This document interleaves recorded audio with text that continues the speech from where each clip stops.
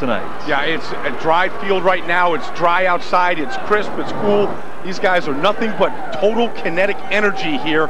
And they've kept things under wraps as long as possible. We're ready to get things exploding here early. Let's introduce you to our officiating crew for tonight's contest. It is Jim Daly's crew. Jim Daly, the referee. Chuck Shipe is the umpire. Ken Drack is the linesman. Willie Gillespie, the line judge. And Jim Manning is the back judge. That is Jim Daly's refereeing crew for this Section 2 Group 4 championship.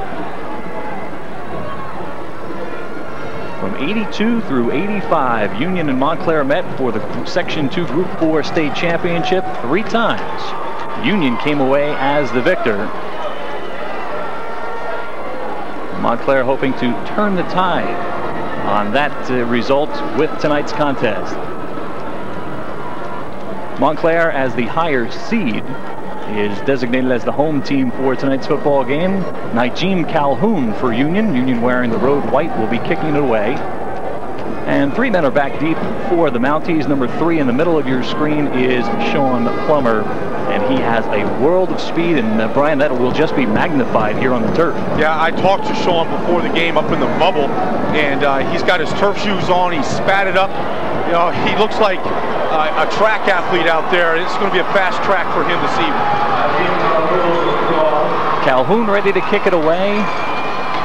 Strong left-footed kicker. And we are underway. It is a short kick, mishandled by Montclair, and Union recovers.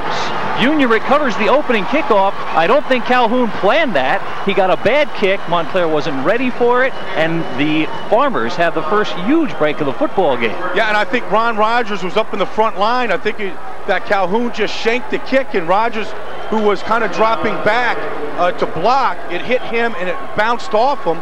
A totally unexpected play and a big turnaround and turnover for Union right off the bat. Unbelievable start for the Farmers. They will take over at the Montclair 38. Nick Ferroni is the quarterback. He is a senior, standing 6'3". He's a lefty. I formation for Union.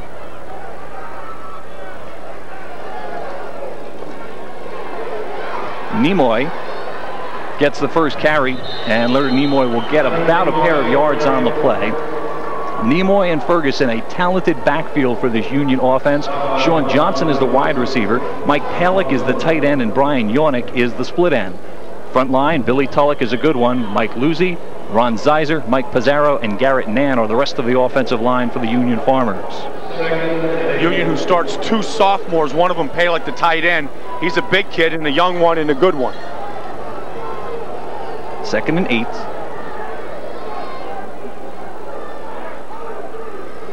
Again, Nimoy gets outside.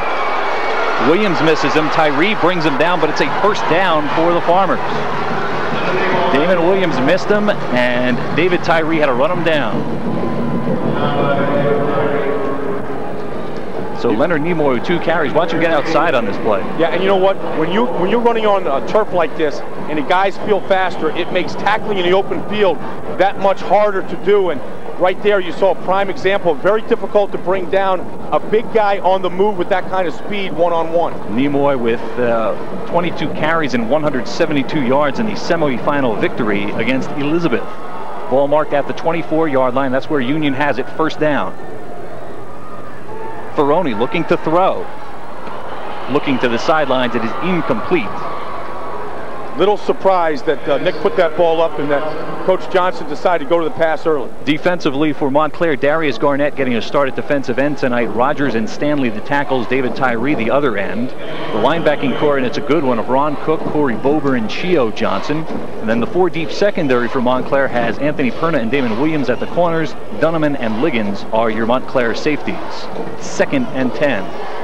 Great linebacking core for Montclair, especially Ron Cook.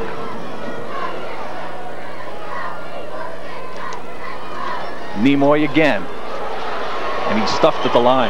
Yeah, good early penetration by Stanley and Rogers right there, creating a little chaos, not allowing Nimoy to get started. And a bit of a surprise, Brian, as we see George Stanley, who's getting a start tonight at defensive tackle.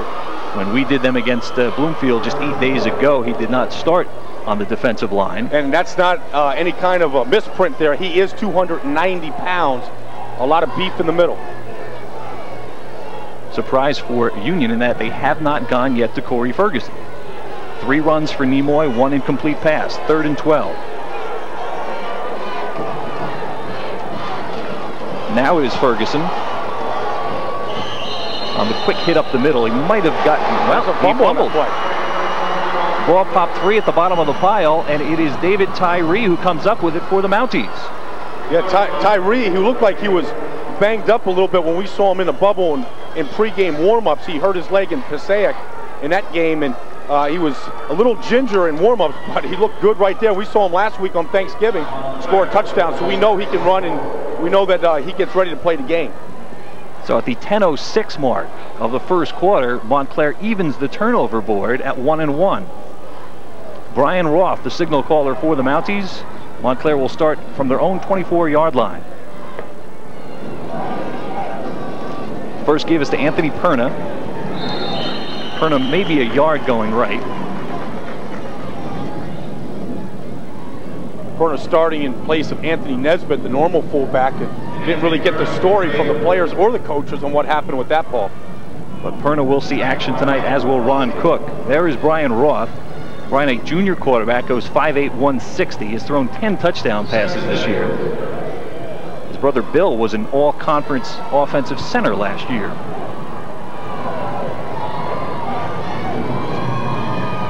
Plummer, our first look at him, and that's exactly what we saw last week.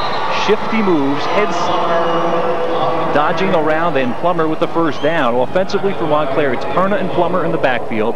A world of speed for Jared Granderson at wide receiver. Sudavar and McGrath are your ends. Up front, it's Stanley, Johnson, Lanex, Hargrove, and the injured Tim O'Rourke getting the start tonight at right tackle. O'Rourke missed last week's game. They've had some injuries. Jason Powell and O'Rourke missed the last couple ball games. O'Rourke helping up to start tonight. 1st and 10 Mounties at the 35. Plummer spins in the grasp. He's brought down. Mike Luzzy with the tackle. It'll be 2nd and 10. Yeah, and Plummer is elusive now. I mean, just when you think you've got him bottled up, we saw this last week. Just when he's bottled up, you know, he's able to make that elusive move. Up front for Union, it's Matthews, Martinez, Palick, and Tulloch. The linebacking core of Nimoy, Ferguson, Luzzy, and Passero. And 3 deep for the Farmers, Sean Johnson, Damian Lowe, and Prentice Grant as the safety.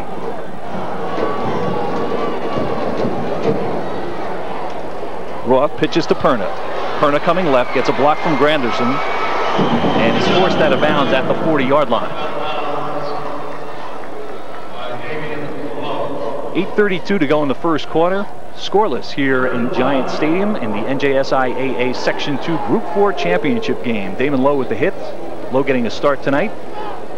This is just a pitch, and Granderson is the wide receiver with 10.9 100-meter speed out there in the corner, getting the block on Passero on the outside, which enabled Perna to get the corner. 3rd and 5 for the Mounties from their own 40-yard line. Flags on the play, movement on the line. It looked like Hargrove maybe at the right tackle might have moved a little bit early. Big splits by the Mounties on the offensive line, going double tight end. Change the 3rd and 5 to a 3rd and 10 for the Mounties. 3rd straight trip to the Section 2 Group 4 finals for Montclair. 3rd and 10. In '94 they defeated Randolph. In '95 they lost right here to Morris Knowles. And here they get a shot at the Union Farmers. Both clubs a little tight, a turnover for each team so far early in the game, and you got to kind of find a rhythm when these games that are very, very big, and there's a lot of excitement and pressure all week long. 3rd and 10.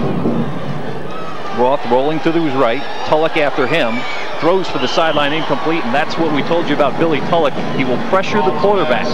And he's big too. He's 6'4", almost 6'5", with a big wingspan. He gets his hands in Brian Roth's face and really changes the throw. Ed Labita forced the punt on this 4th and 10. Corey Bober does the punting for the Mounties.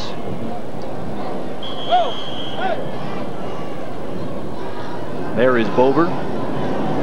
Good punter. Johnson and Lowe, 3 and 10, are back to receive for the Union Farmers. They stand at their own 35. Bober gets off a low kick. And the ball will be downed by the Mounties at the Union 39. And that is where the Farmers will get their second possession of the football game from. With 18 left in the opening quarter, we are scoreless here in the Meadowlands between Union and Montclair. R&R Trophy and Sporting Goods is your one-stop store for all players and fans. R&R carries a large selection of licensed apparel, uniforms, team equipment, and cleated footwear for all sports, for pee-wees to the pros. Our trophy and plaque department can customize all your reward needs. R&R's selection of Russell Athletic is second to none, and we have now added Reebok apparel too. Remember, R&R, your Russell and Reebok can... Going from their own 40-yard line. Boy, Brian, the defenses are tough tonight, at least in the early going. Chio Johnson, number 50, with the tackle. Yeah, you know, both teams are really playing to run. They're stacking a lot of men in the box right now. I think Montclair has the advantage speed-wise in this game here this evening, and you get their talent and their skilled people out one-on-one in this open field, and I think they get the advantage. But up front right now, you've seen a lot of early penetration, bogging down the running attacks of both teams. Union comes into this game 8-2, winners of 6 straight since losing at Elizabeth. They repaid the favor in the opening round of the playoff by knocking off the Minutemen. Nimoy, sweep left, slips a bit on the turf. We've got a flag on the play. Ron Cook with the tackle after a gain of 2. I think they're going to get Prentice Grant, who is on the outside in a wing position. I think they're going to get him from a hole on this play. Going to back up Union here 10 yards. Montclair, the 1994 sectional champions, defeated Union in the semi, and then knocked off Randolph up in Randolph for the championship. Ed Levine, an impressive 34-7 in his 4 years here at Union. Had his game face on in the warm-ups up there in the bubble. Couldn't get too much out of Ed this evening. Flipping penalty call. Marks the ball all the way back to the Union 26. These are situations that both teams want to stay away from because neither team a very strong passing attack. Montclair a little bit better, I think, with Brian Roth and the receivers that he has. Nick Ferroni reading the play list off his wrist. Second and a long 24. Ferguson breaks the tackle, skips to the outside. Forced out at the 37-yard line.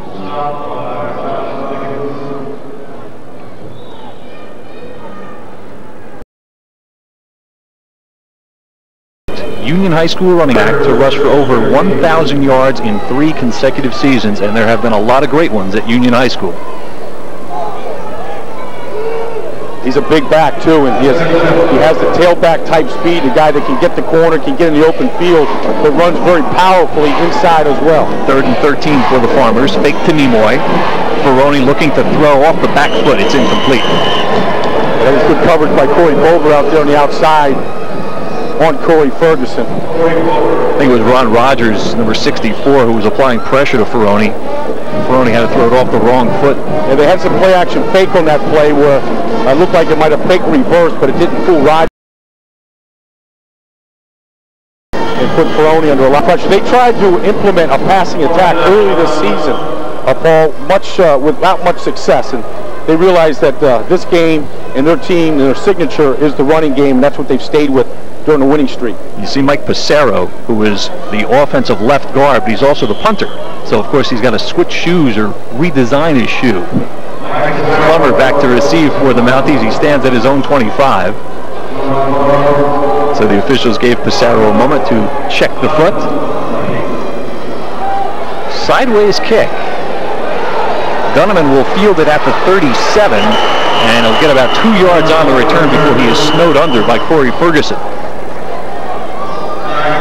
I guess they think that Passero is a much better punter than that because Plummer was 40 yards downfield, and that's just too much territory. I mean, you want to catch that ball on the fly. Passero making a stop at Sneaker Stadium before the game. He's probably been doing it all year, Paul, but he doesn't look comfortable changing his shoes at midfield. He's still working on the shoe. He's got gloves off, and now the officials are going to give him a timeout to check his equipment. I hate having to tie my shoelaces under pressure, Paul. I always get them in a knot. That's why they made Velcro for guys like you. As a matter of fact, now they're going to tell Pizarro and Union that we're not going to let this happen. Yeah, but that's why he's been sent off the field. They're saying, no, we're not going to go through this all night. I use the KISS method for everything. I just keep it as simple as possible for somebody that's a little stupid. Mounties take over just shy of their own 40-yard line. Plummer skips outside, cuts inside, spins twice, and finally is knocked down as he crosses the 45. A dizzying carry by Sean Plummer. That's a couple of 360s. All he needed to do is to jam the ball through the hoop on this one. He wins a slam dunk. Spun on like a top right here. That's Timmy O'Rourke leading him through the hole on the counter tray. That's one spin. He gets a 10 for that one. That's another spin. Now, if he throws in a twist here, he qualifies for an Olympic diving medal. Absolutely. Gold medal in this performance. But notice the feet never stop moving. That's the key to his running style. 2nd and 3 for the Mounties. Perna crosses the midfield stripe, and the Mounties have a first down for the first time tonight. They are in Union territory.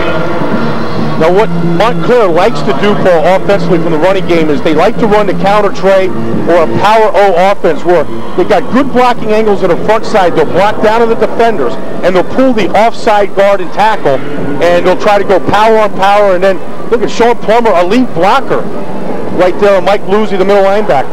First down for the Mounties. They are in Union territory at the 48. Plummer hit hard. Right at the line of scrimmage, he was knocked back.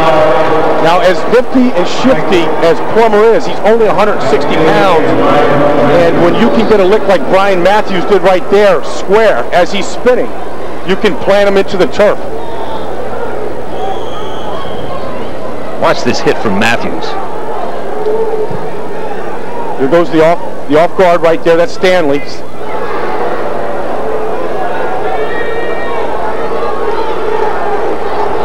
Welcome to the game, Mr. Plummer. 2nd and 9 for the Mounties to give to Plummer again, trying to get outside of Tulloch. And Tulloch, even though he doesn't make the hit, he strings out the play. We've got a late flag thrown in, and it looks like we make it a face mask against the Farmers. Yeah, but Plummer went down kind of awkward in that play, like somebody grabbed the bar of the helmet, but he's shaking his head. This might be coming back.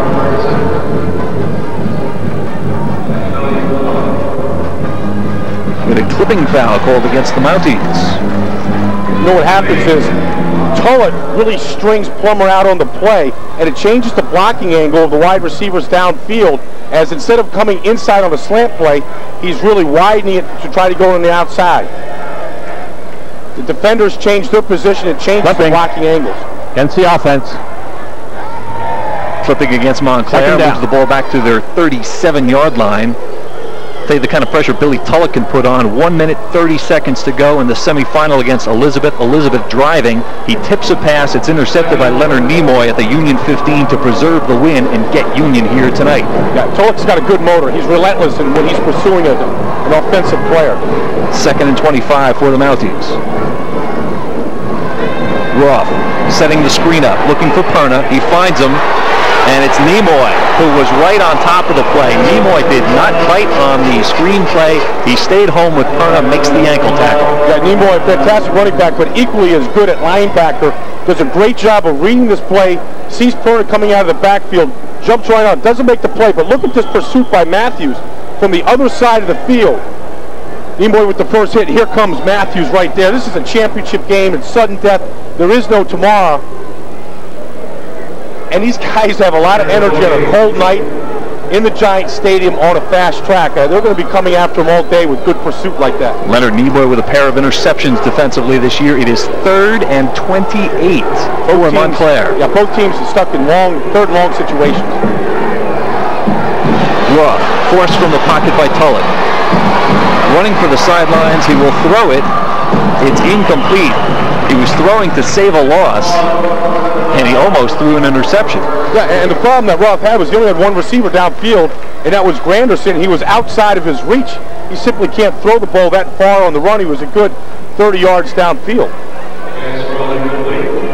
And Ed Labita with 3:09 to go in the first quarter will send Corey Bover back on the field to punt.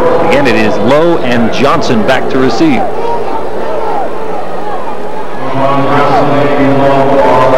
Much better punt this time by Bover. Lowe will haul it in at the 32. Heads for the far side, tripped up as he crosses the 35-yard line. And Union will start at about their own 37. That was a good punt, but that's an example of Montclair's speed. Even though that was a good punt and posed very depth at returning, they had a lot of blue shirts down there forcing him and limiting his return. Jeff Johnston, All-American at Lewistown, Pennsylvania High School.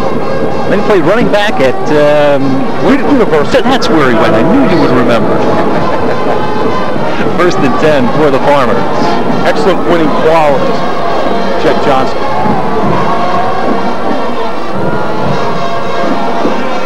Ferguson up the middle, following Nimoy, bounces off a tackle. That is the strength of Corey Ferguson. He will bounce off tackles. Sean Plummer will avoid tackles. Yeah, and Dunneman from the strong safety position had a chance about 2 yards downfield to make that tackle, and Ferguson ran right through it. Ferguson with a touchdown against Elizabeth in the semifinal. Now watch what he does here as opposed to what Plummer does. Both good styles. Look at number 1 coming to the picture. Here's Dunneman right there. He doesn't know where to go. He can't get low enough to get underneath Ferguson right there, and Ferguson runs him over. 2nd and 2.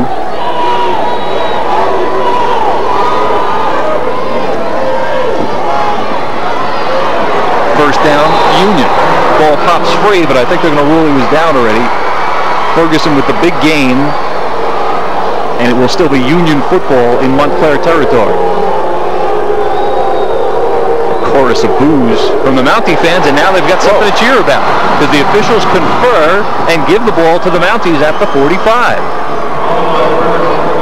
From our angle, Paul, it was difficult to see if the knee was down here. The one thing I did see go down, watch one of the officials, if we can see him, he throws the beanbag down, which generally just tells you that's where the play ended. Oh, no, Dunneman knocked that ball loose. I think he was upset about missing that tackle from the strong safety position the play before, and he got the hat right on the ball and knocked it loose from Ferguson. So with 2:10 to go, Union turns it over for the 2nd time tonight, and Montclair will start at their own 45. 2:10 to go in the first quarter. You're watching the championship game of Section 2 Group 4. Completed. Tom Sudavar on the receiving end. If Montclair has an advantage, it might be in the air. Sudavar, 14 catches this season. Yeah, Roth has thrown for over 600 yards this year, and he had Brenderson wide open underneath. He came in motion on this play. I thought he was going to go to him, but he went to the deeper receiver, Sudavar, and he put it right on the money. Set his feet nicely, rolling to his left, and delivered the ball with good timing and good velocity. Just short of the Union 42. First down, Montclair. Pitch to Plummer. Follows the blocking of Perna inside the 40.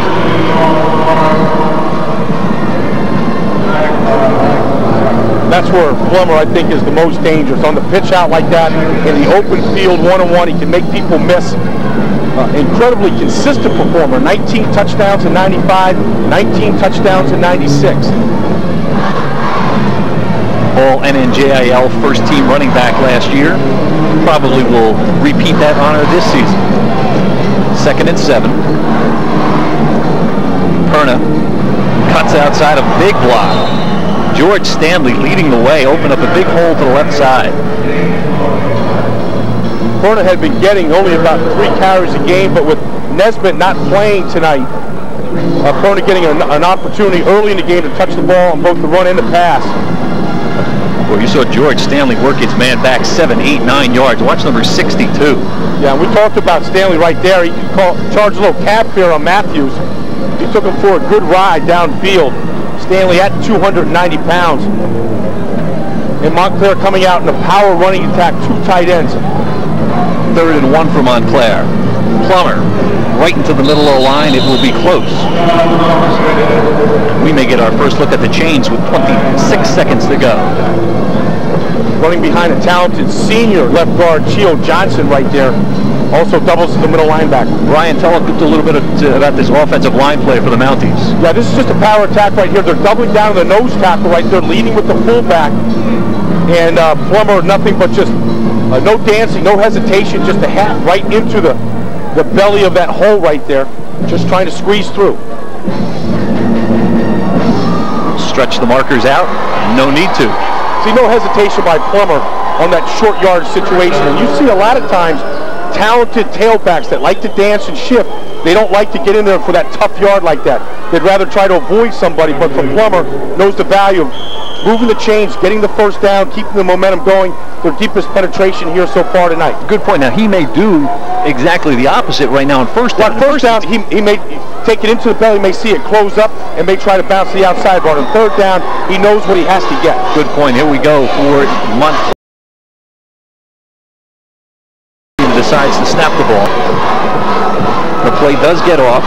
Fake to Plummer. Give to Granderson on the end around. Granderson, a speedster. This should score. He's inside the 20, 15. Grant finally pushes him out as he cuts inside the 10-yard line. And look who's the first guy down there to greet him, throwing a block downfield is Plummer. But Granderson, 10-9, 100-meter speed, and he gets on the outside. We saw him catch a touchdown pass that was called back last week.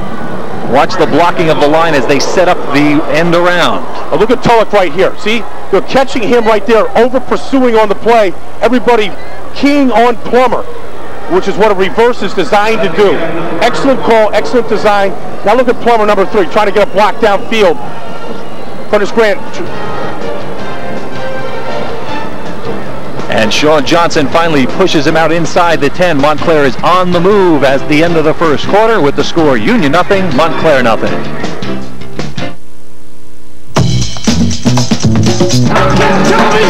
The NJSIAA, and you are watching the North Jersey Section 2 Group 4 Championship on the Comcast Network. Montclair is on the move, the ball placed just inside the 10-yard line. And if you're just tuning in, Montclair does have an opponent here this evening.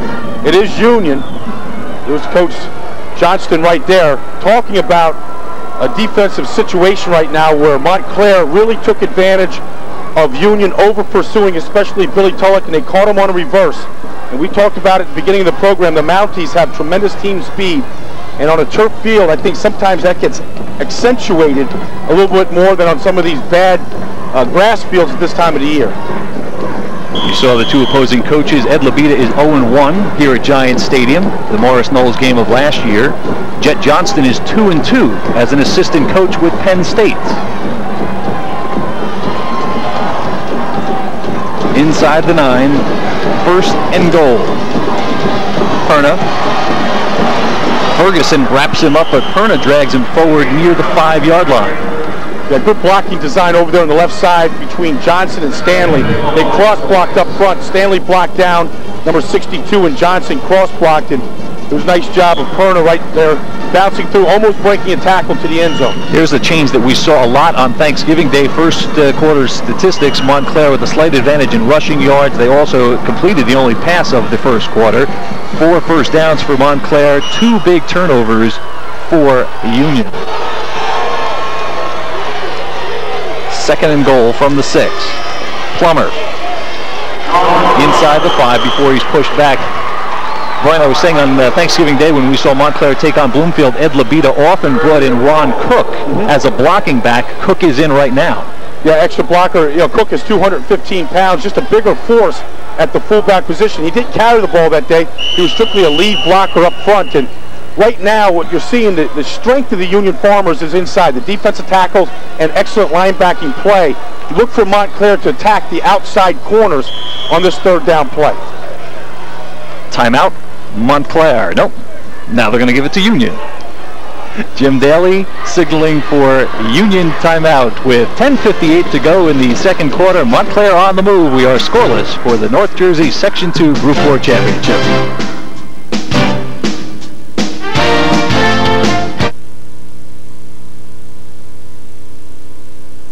Is is your one-stop store for all players and fans.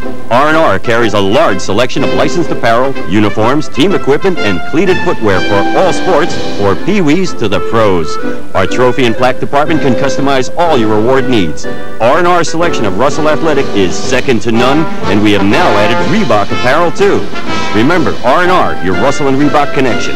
R&R Trophy and Sporting Goods, 104 Ridge Road, North Arlington. Free parking available. This is a look at Plummer as he's dragged backwards. And Plummer, Mike Palick, trying to take his uniform home. Yeah, and Plummer didn't like it. You know, a gritty kid, 160 pounds, he doesn't want to get thrown around, and he's not going to be pushed around.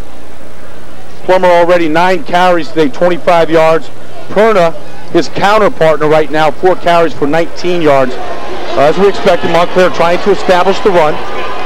Both teams have been hurt by penalties in this game, putting themselves in 3rd and long situations, and of course the turnovers early have made this game right now 0-0. Yeah, Montclair rebounded from that terrible turnover on the opening kickoff. They held Union, got the turnover, and on the second Union turnover late in the quarter, Montclair is on the move. It's a 3rd and goal from the 4.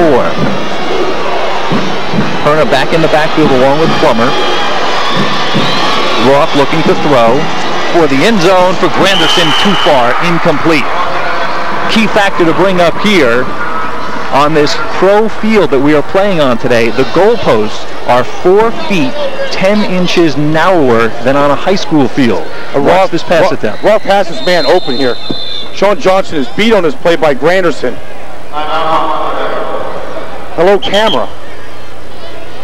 Roth, who's thrown 11 touchdown passes this year, has an opportunity. Can't put that ball on the money. We said I expected them to attack the corners there on that 3rd down. They did go on the pass without the right execution, however. Montclair now decides to take a timeout.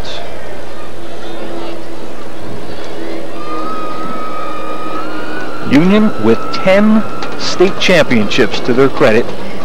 And they have always been one of the great powers in New Jersey high school football. And that tradition continuing tonight. We saw Union, a 5th game of the season this year. They were 2-2. It looked like they were struggling. A lot of people were questioning what Coach Johnston was trying to do. But I remember talking to him in that playing field day that day, Paul, and he said, you know, this program had slipped.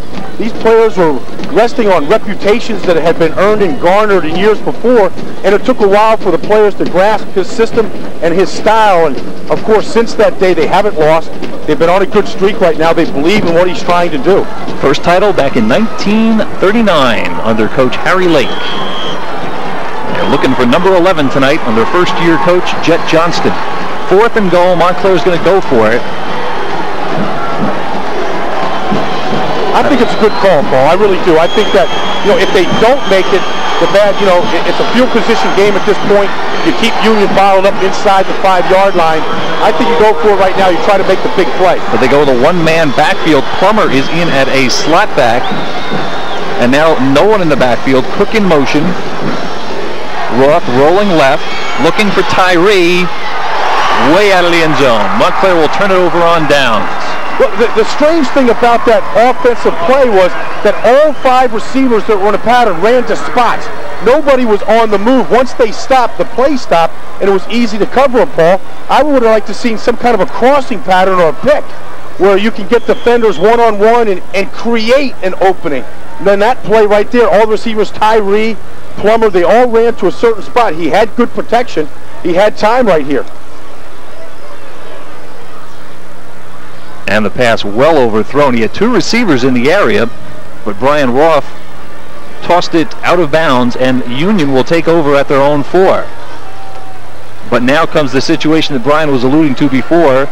Montclair's defense may play a big part in this ballgame. Here comes Ferguson to the outside. Ferguson across the 15, dragged down by Dunneman. Big tackle by Dunneman, and Ferguson is hurt.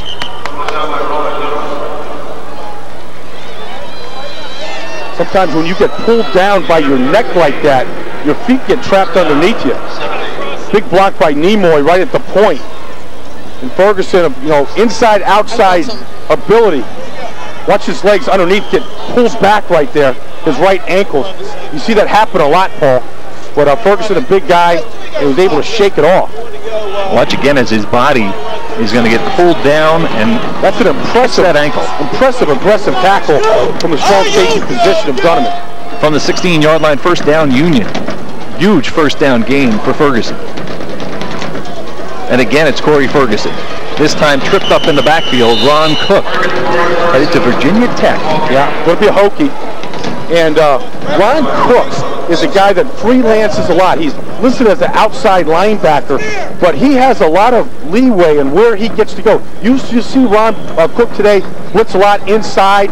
You know, he has a good feel for the game. Right there, coming inside the guard tackle hole right there to make that play and trip up Ferguson. John Johnston coached at Penn State when they won the national championship in 1982. The Sugar Bowl.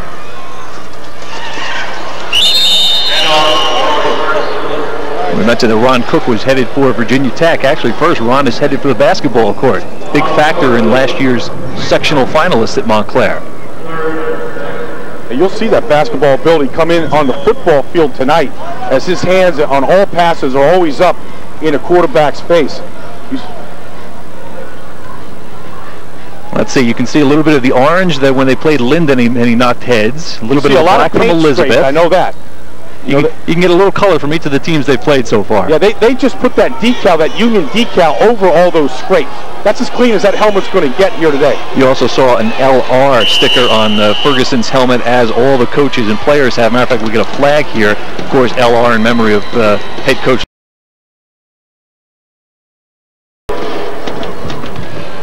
Delay of game against the Farmers. Delay of game. The penalties have hurt Union here today. That's their third penalty now, and they continue to put themselves in third and very long situations, which is not their game plan. Yeah, 3 penalties, 2 turnovers does not usually lend itself to winning a state championship game, but right now we are scoreless with 8:52 to go in the first half. Nimoy, big hole to the right side, bounces into his own tackler. That was Mike Luzzi, 64, who ran right in the back of him. And Nick Ferroni's going to take a quick jog over to the sideline to get the play. See, it's just an inside trap right there, cross-puck play, and that's Luzzi, 64, he ran the back. But good team speed, as we've talked about early today, by Montclair. Good pursuit angles. Montclair Union will punt it away. Pizarro, standing at his own 2, gets rid of the gloves to field the snap. It's a low snap. He picks it up on a hop. He's going to try and run with it. He is going to be brought down short of the 10-yard line. A low snap for Pizarro.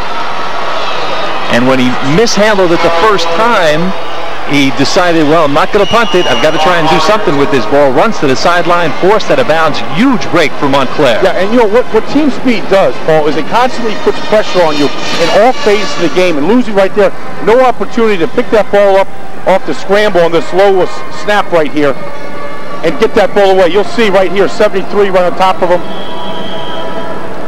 He runs away from his gloves. That's the key factor. Between the gloves and the shoes, there's just too much equipment that's being changed right here. Dragged down by Rogers. First and goal for the Mounties, just short of the 8-yard line. Looking to take the lead. Plummer.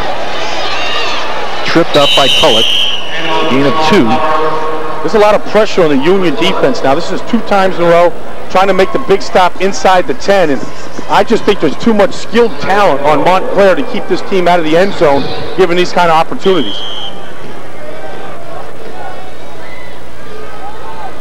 Montclair was knocking on the door moments ago. Turned it over on downs. Tyree just came into the game. He scored 5 touchdowns this year. He'll be the passing target if they decide to put the ball in the air. Based on that last pass on 4th down, I don't think they're going to the air. They will go with Plummer. And Plummer is going to be dragged down by Tulloch. We've got a flag thrown, but Billy Tulloch with the big tackle.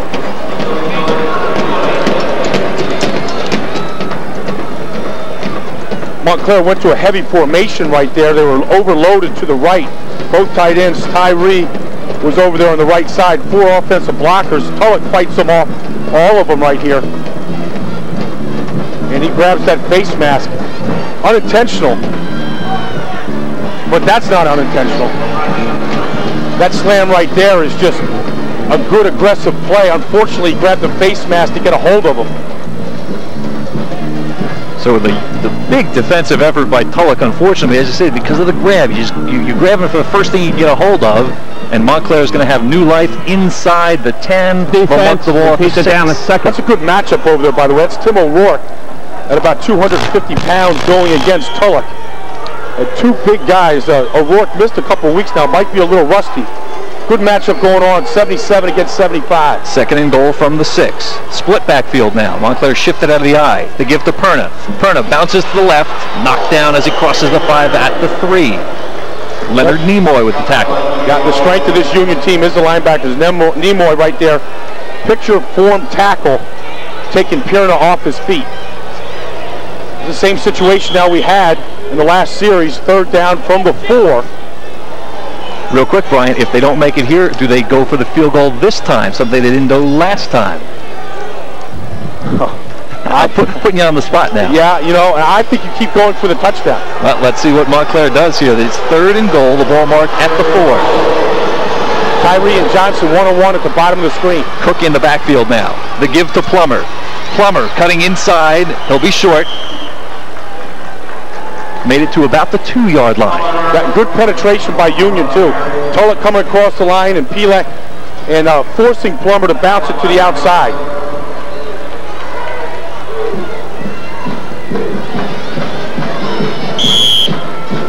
That's a good tackle by Luzzi right there. Because Plummer's got a good head of steam. He's going north-south at that point. Freddie Brown gets cut off quickly. Fred Brown, who is the place kicker, is not on. Ed Labita has decided we're going again on 4th and goal. This time it's from the 2.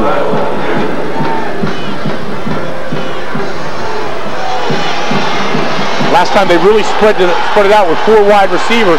They're going to a more conventional 2 tight end offense right here, looking for the run. Out of the I, Cook in front of Plummer. Pitch to Plummer.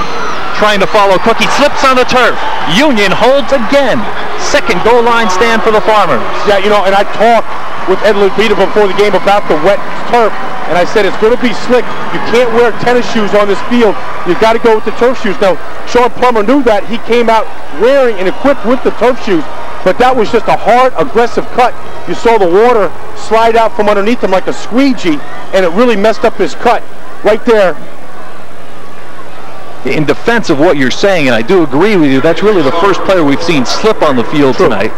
But that was the hardest cut anybody's made here this evening. 2 times inside the 5 for the Mounties. 2 times they are denied on 4th and goal. Ferguson just short of the 5-yard line. 5:30 to go in the first half. Well, Union has been dodging bullets this entire first half. The field position is really favoring Montclair here this whole 2nd quarter. Ferguson lining up the fullback position is so tight to the line of scrimmage. It's difficult for him to get any kind of speed up hitting the line of scrimmage, and Montclair's getting good penetration, really shutting him down inside right now. Yawnick split to the right, Johnson to the left. Ferguson, they string the play out. Chio Johnson with the tackle, Corey Bober out to help. Yeah, Montclair with a really stacked 5-man defensive line. Linebackers playing tight to the line of scrimmage, and they're just shooting gaps right now. You could Tyree lining up inside right there, just taking a gamble, getting inside, forcing Ferguson to bounce to the outside. Watch Ron Rogers, also 64, made a shot at the gap, forced Ferguson outside. And that's that speed I'm talking about. You see Ron Cook coming from the outside down the line of scrimmage.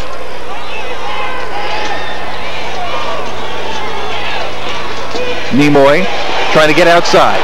He's tripped up as he crosses the 10. And Gunneman coming up for the strong safety position.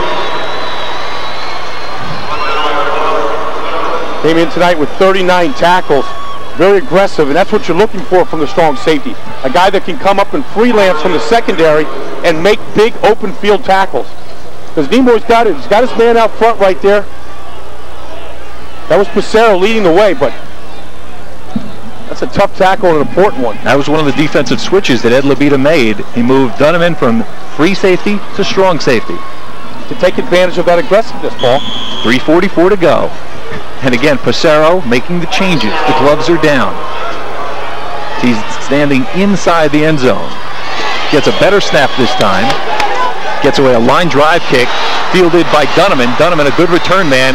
He slides across the 25-yard line, and he's brought down there. Yeah, and Dunneman's wearing tennis shoes. And you saw how shaky he was trying to stop and change directions on that return. 3:24 left in the opening half. With no score on our scoreboard, we will take a short break in the North Jersey Section 2 Group 4 Football Championship. We'll be right back.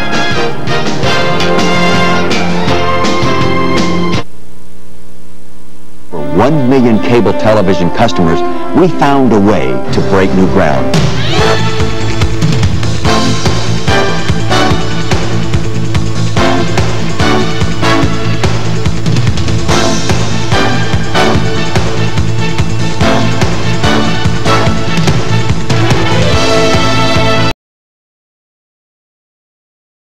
Change the way you look at low cable television forever. Great job by Dunneman here, Paul, of catching this ball on the run, not letting it hit the ground. Watch, he's got no turf shoes on. He can't stop right there to cut. Roth looking end zone for Tyree. Touchdown! Montclair takes the lead on the 25-yard touchdown pass. Brian Roth to David Tyree for Tyree, his 6th receiving touchdown of the year. Yeah, and as I tell you what, the key, I think, or the tip-off that maybe this was going to be a pass was this was the first offensive play that Plummer wasn't in the game. And he went to Tyree one-on-one down the field right there.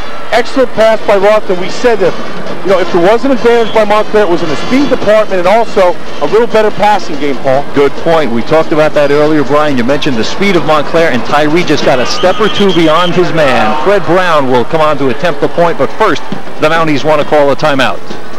And I think what this is going to do, it's really going to shape a lot of the way this game plays out the rest of the way, Paul, and that all of a sudden those cornerbacks and linebackers can't play as tight to the line of scrimmage. That's going to stretch them out just a little bit and watch the running game open up for Montclair inside. In case you brought your yardstick, we'll tell you about that in just a moment. A one-play, 25-yard scoring drive. Tyree, the reception of the pass from Roth. Pro goalposts are 18 feet 6 inches wide. High school 23-4. So on this extra point attempt, Montclair's going to have a little bit of trouble. There's Roth looking for Tyree. Now watch, he'll just get a step beyond his man.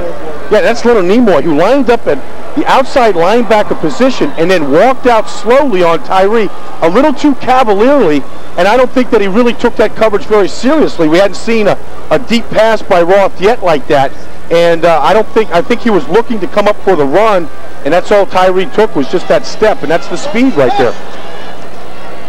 They can't score from inside the 5, but put them outside the 20, and they're able to throw the touchdown pass. Good switch up of play selection by the Montclair staff. Freddie Brown on to attempt the extra point out of the hold of Anthony Perna.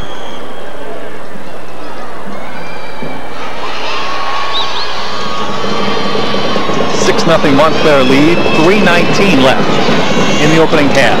Perna gets the snap down, and the kick is good.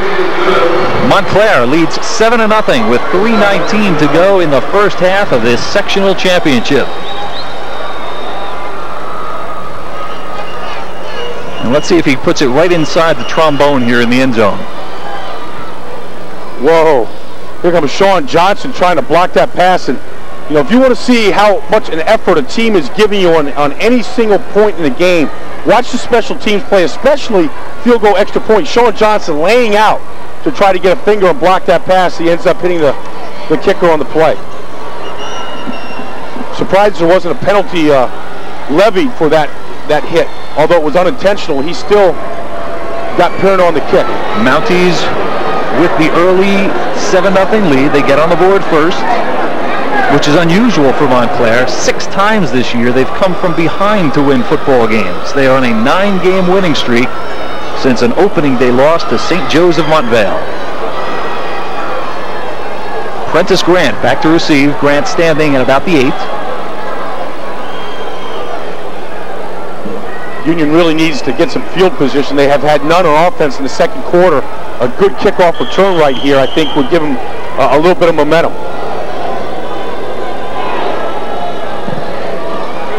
Brown's kick short. Nimoy will haul it in at the 18-yard line. Nimoy cuts across the 30, cuts open field. Brown misses him, and then he's dragged down from behind by Josh Liggins. And just what you said, Brian, Union needed the big punt, the kickoff return to get a little momentum, and they got it from Leonard Nimoy. They needed to get out of that inside that 20-yard line area, and Grant really wants to catch this pass, but Nimoy wants it too. Usually let the back man come up to take it, but Nimoy, we know, over 1,000 yards this year, doing what he does best in the open field. The best run by a Farmer all day, and nothing can stop the momentum of another team quicker than a good kickoff return. Montclair with 117 total yards. They've had the ball the majority of this first half to give to Nimoy, fresh off the kickoff return. Nimoy carries it 4 yards to the 40. And Brian, I agree with you on those kickoffs. Usually the back men get a chance to return it, but Nimoy said, wait a second, I've got over 1,000 rushing yards this season. I've got 13 touchdowns. I'm taking the ball. Yeah, well, I mean, they've got him in the right position. Prentice Grant with the good footed speed, but you got Nimoy up there for all the short kickoffs and not much hang time on the kick. Good return. Second down for the Farmers. Ferroni hit on the handoff. The ball pops free. Looks like Union might have gotten the ball. Yeah, that's Billy Tulloch, I think. Very, very aggressive and alert, falling on the ball. That was Garrett Nan. Garrett Nan. The other end.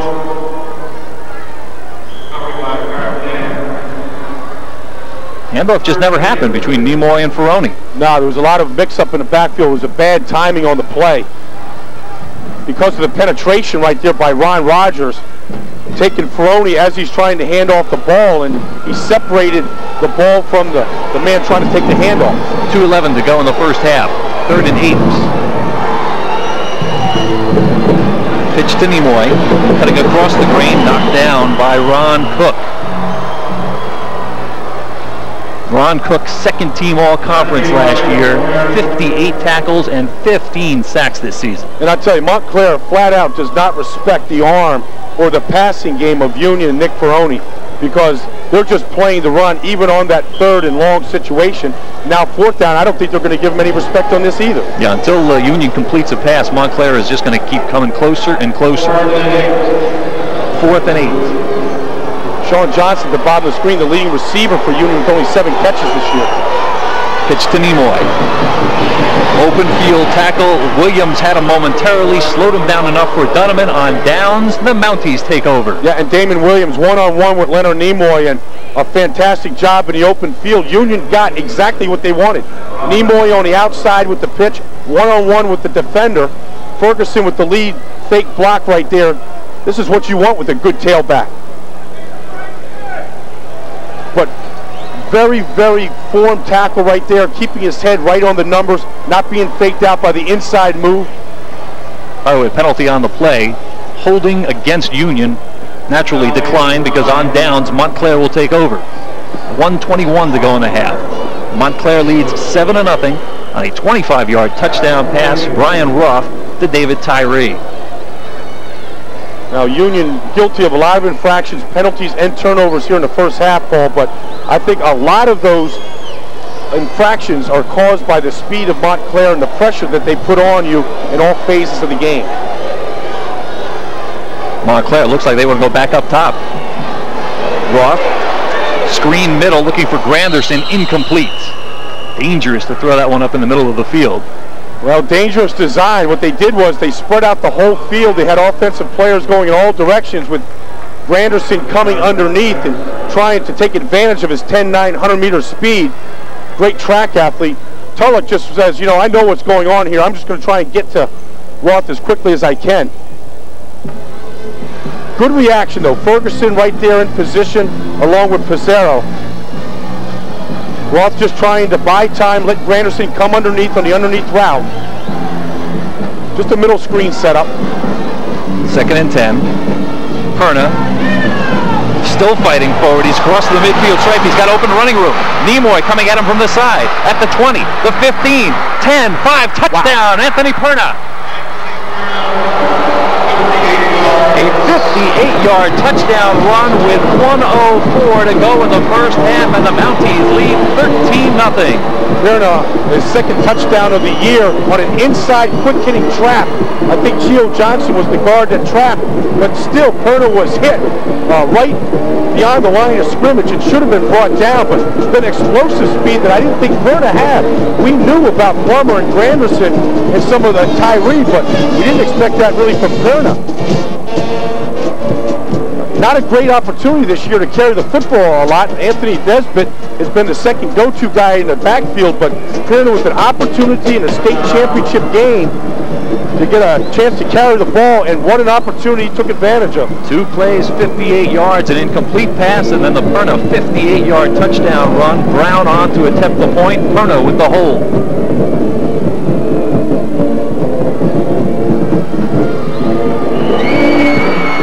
14-0. Montclair leads with 1:04 left in the opening half of the Section 2 Group 4 Championship. Anthony Perna taking advantage of 7 carries here today, 81 yards and a touchdown. Here comes Gio Johnson. There's the quick trap right there, but right there, that's Lucy missing 1 tackle, Ferguson missing another. All kinds of people an opportunity. And here's the speed. Here's the speed of Montclair right now. In the open field, whether it's Plummer or Tyree, and now Perna, able to run away from the Farmers, and that's Nimoy chasing him, who we know has good speed. And I thought Nimoy had a pretty good angle at him when he first started the run. I tell you, Perna really ran powerfully. Right there, losing a great opportunity right there. Ferguson shielded. 2 big misses. Yeah, that's O'Rourke that got a push on Ferguson, pushing him past Perna. And here comes Nimoy into your screen. Again, he's got a nice angle at him, but boy, Perna just turns it on inside the 20. Oh, look at that block by Tyree downfield on Sean Johnson, too. A lot of people working downfield to try to make that happen. Montclair 14, Union nothing. Montclair shut out Union in the semifinal round in '94, 22-0. Brown with a line drive kick. Nimoy again will field it at the 25. Breaks the tackle. Skips the sideline. Tripped up at the 40-yard line by Damon Williams. You can tell it's a big game when most of the starters are on special teams too. Oh yeah, they're not pulling out. They're pulling out all the stops here today, Paul. Anybody that's been substituting throughout the year, forget the substitutions. They're going with the starters as long as possible. This is the problem with Union right now. With 58 seconds to go, good field position to start your drive, not an explosive offense. Ball controlled, 2-back running offense. Not good at putting the ball in the air, although Coach Johnson thinks Ferroni has good skills. He's a big kid, 6'3", 213 pounds with a good arm. This is not the offensive set to open it up, though. They are packed in close. They give it to Nimoy. I think Jet Johnston and the Farmers are going to be happy to go into the locker room down 14. They don't want to risk the interception. Boy, Montclair, after stalling twice inside the 5, bang, bang, 2 quick touchdowns. Yeah, this game could be close to being a blowout right now. Now, interestingly enough, it is Union that uses their second timeout of the half.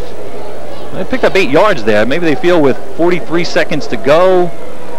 Is there a play in the back of the playbook where we can hook up for a quick strike? Well, you got to take advantage of whatever, you got good field position right here. You can't play conservative right now with down 14 points. I think you've got to put the ball up in the air. They tried the first part of the season, first 4 or 5 games, to really implement a passing game. They didn't have success with it. They went away from it. They stayed with their strength. But when you're down 14 in the championship ball, you've got plays in your playbook to get the ball to Johnson or to Yannick, and you've got to try to do that right now. Union with 1 timeout left, Montclair with 2.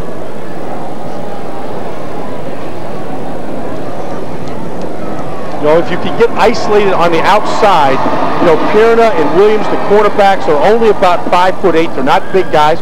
If you can get an isolated one-on-one situation, put the ball up in the air, let the athletes go chase it, you can get the play, you can get the catch, you can get an interference call, Paul. You got to try to move the ball down the field with the pass, and I think if they can complete a pass here down the field, Paul, it might loosen things up a little bit in the running game. Of course, Montclair defensively was reminding their defensive backs, hey, if anybody gets in back of you long, knock them down. Remember, high school rule, of course, interference only 15 yards. If anybody gets a step on you, knock them down, take the flag. After that timeout, he gets the play from Johnson. He still looks at his wrist for the play, though. They give to Nimoy, and Nimoy will be close to a first down. And we get a late flag thrown in. Matter of fact, we're going to get a flag against Montclair, and the referee was right in Ron Cook's face. Well, this might change the direction that Union is going here, as they're going to advance the ball a little bit more now in the late penalty. And they're going to put him in some kind of a scoring position right now. Tulloch is the captain, so he's talking to the ref. Personal foul against the blue. Dead ball, personal foul against Montclair.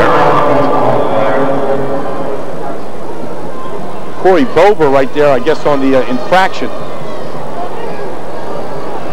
33 seconds to go in the half. Montclair leading 14-0. So the ball marched down to the Montclair 36-yard line. That's some different personnel coming into the game for Union right now, Paul. Yannick in at split end. He will go wide left.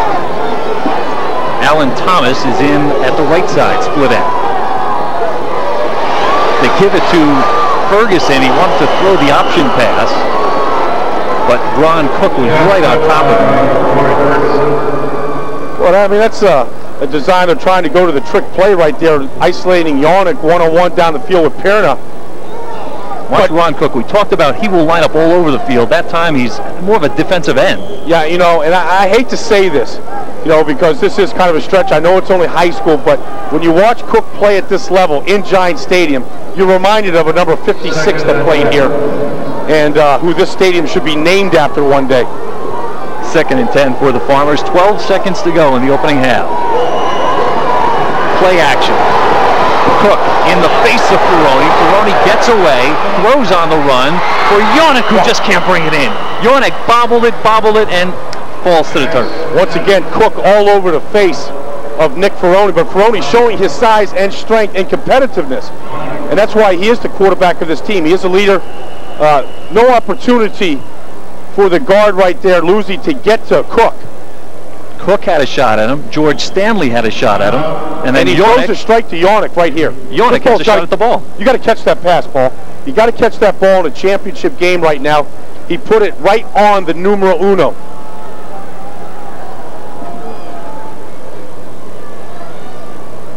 After all this work by Ferroni. Looked like a Steve Young play right there. Unable to bring the strong senior down, able to get a strike off after undeniable pressure. 3 seconds to go. Union has used their final timeout. John Jet Johnston. Part of Union's problem amongst the turnovers and penalties is that they're 0 for 4 on 3rd down here this evening, Paul.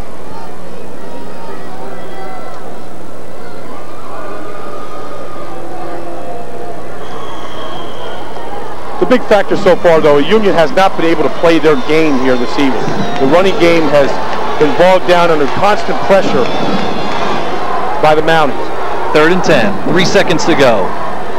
Hail Mary coming. Ferroni airing it out long. Damon Williams almost tries for the interception. And it is intercepted by Montclair at the 5. Somewhat moot point as Robert Dunneman does intercept at the 5-yard line as time runs out in the first half with the score. Montclair 14, Union nothing in the North Jersey Section 2 Group 4 championship game. We'll take a short break. We'll be back with some halftime highlights right after this.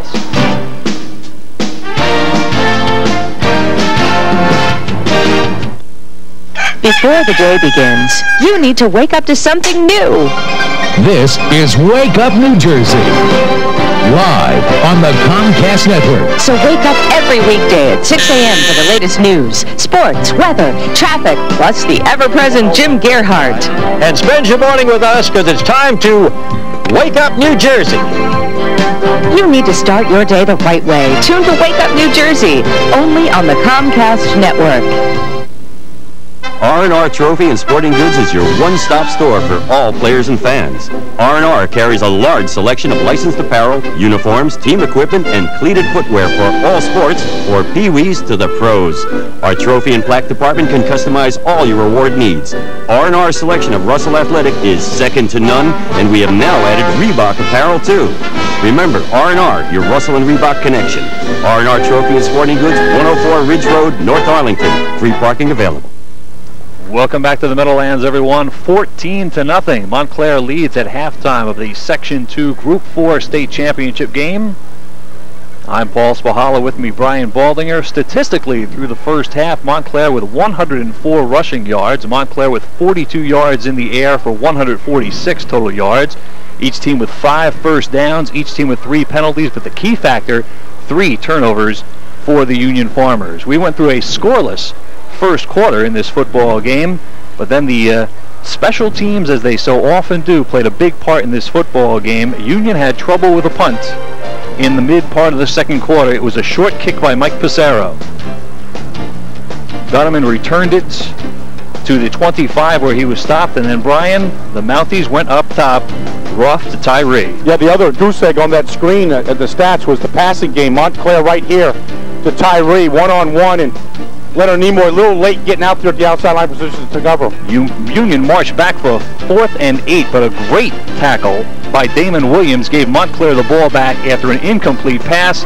Anthony Perna took charge. Yeah, running low through the line right here, breaking a couple of tackles, good downfield blocks, and then Perna, who's filling in for Anthony Nesbitt, gets the opportunity here and goes to pay dirt, outrunning the other tailback, and good block right there by Tyree, outrunning Leonard Nimoy right there into the end zone. A pair of Freddie Brown extra points, and that's where we stand, 14-0 at this point. Union will get the ball to start the third quarter. We'll be back to Giant Stadium right after this.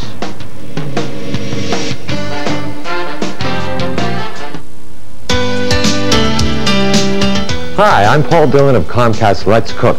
Each week on Let's Cook, we do new and exciting food. We have a taste for everybody. We make stocks, sauces, soups, entrees.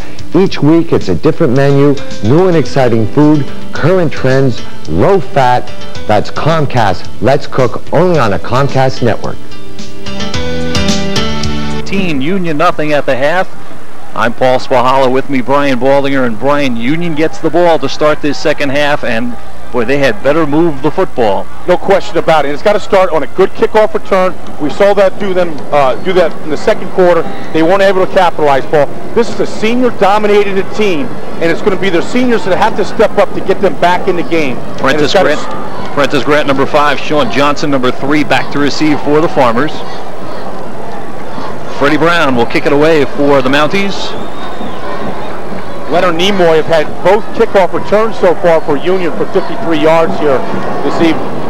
24 minutes of high school football left in this Section 2 Group 4 championship. The game so far dominated by the Mounties.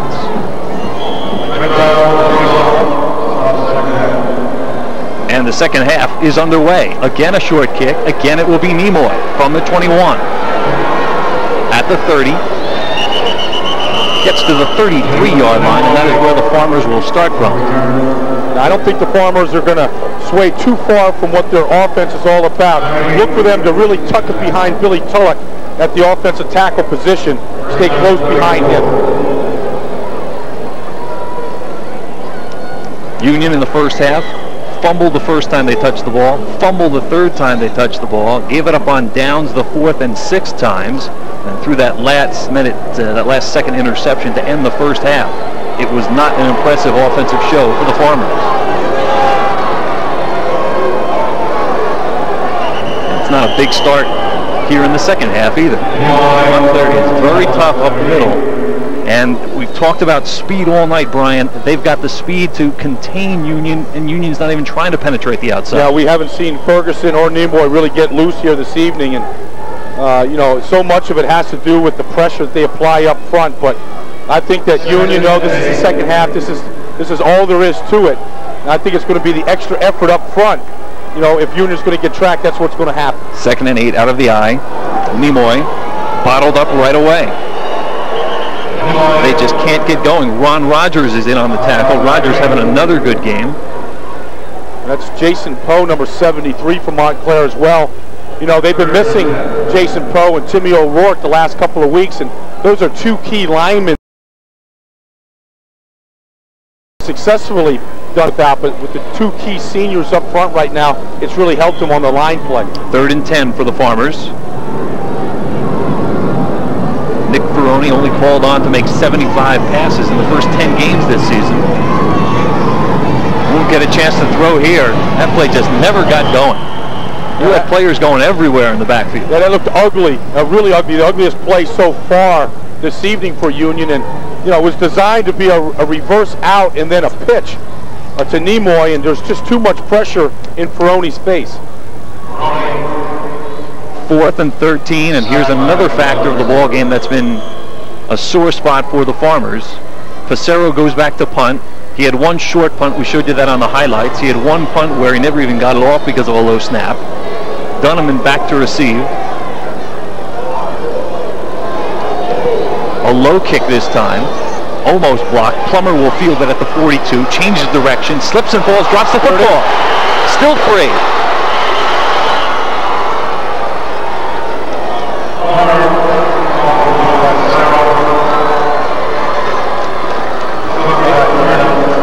And I tell you what, Paul, you know, if Union's going to make a stance in this game here this evening, it's going to be because they're forcing turnovers, and they get a play right here on Plummer, who doesn't tuck this ball away very well. In fact, doesn't even know, just loses it on his own. And here the team speed of Montclair to the loose ball is a factor. Is Pierna falls on the ball. We've seen Pierna's speed tonight. Beats out the Union oncomers for the ball. Boy, what a huge save by Pierna. Montclair takes over at their own 34, 9:51 to go in the 3rd quarter. Plummer. Good straight ahead running, 6-7 yards on the play. And that's the guys I'm talking about. Jason Poe and Timmy O'Rourke. These guys are back in the lineup after a couple of weeks off with some nagging injuries, and you saw a tremendous surge on that power O play, pulling the backside guys. Montclair punted. 4th down, stopped on downs inside the 5-yard line on their next 2 possessions. Boy, you would have almost thought they would have been dead at that point. But bang, bang, 5th and 6th possession, they come back for scores. And they kept the pressure on, Paul, is what they did. It was a field position game. They continually got good field position like they have now. Pierna knocked off his feet. He'll be a little short of a first down.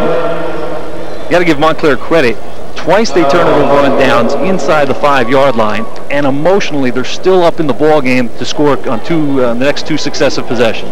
The strength of this Union team, beside the running game, has been their defense, Paul. And it's going to have to be the defensive seniors, Nimoy, Ferguson, Luzzi. These guys are going to have to make a play on defense to get them back in the game. Knock the ball loose, an interception, create some kind of a turnover here to uplift this team. 3rd and 2. Cook in the backfield again. Hard signal, almost drew Union off. Plummer trying to get outside, trying to use his speed, and he'll make it outside. The mark has a first down for the Mounties. Damian Lowe trying to get a shot at him, but Plummer with his speed turned it to the outside, gets the first down. Montclair still has the football. Yeah, look at Ferguson here. He's keying on him, and that's exactly what a misdirection play does. Ferguson, 35 in your screen, goes with the fake, and Plummer just using his speed to get to the outside, gets the corner. You see, that's 75 over there. That's Maurice Hargrove in there at that left tackle position. Plummer, 33 yards. The give to Pierna, dragged down. Corey Ferguson with the shirt tackle. Corey, a big defensive player for the Union Farmers. 4 fumble recoveries, 2 interceptions this year. And he's taking a chance right there. He's running through between the center to guard gap. He reads the play very, very well. Big gap to run through. And very assertive and confident that he could make that play coming from behind. He gets so much recognition for his offense, you almost overlook his defense, and he's just as good on defense. 2nd and 10. Fake to Plummer. Roth looking to throw. That ball's got to be picked. Looking for Granderson, slapped away, and it is intercepted by Nimoy. Nimoy with the pinball machine bounce finally came up with the football, and the Mounties have turned it over. And Union will start at their own 28. And that's what I'm talking about, Paul. Excellent ball fake by Roth, but under pressure, he threw the ball up for grabs. And it's a shame, really for Union's sake right here, that they don't get a better return after the interception, because he's only got Granderson in the pattern with 4 white shirts all around right there. Granderson had a shot at that ball. Nimoy comes away with it for the interception. But the 3 Union defenders, you'll see it again on the replay. Bounce, bounce, bounce, and finally Nimoy puts it away.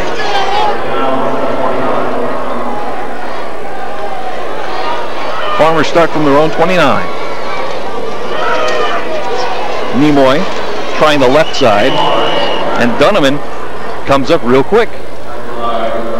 This offense is just right now, I know it's a power game. This is what they've won 8 games with this year, but they've got to spread out the Montclair defense a little bit. They're just too tight right here.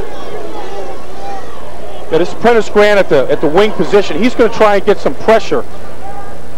This is just a very tight, conservative offense right here. Everybody's boxed in. You can see the Montclair defense cornering them in. 2nd and 10. Flag on the play. Ferguson tripped up. The flag went flying at the feet of Billy Tulloch, who was at the right tackle.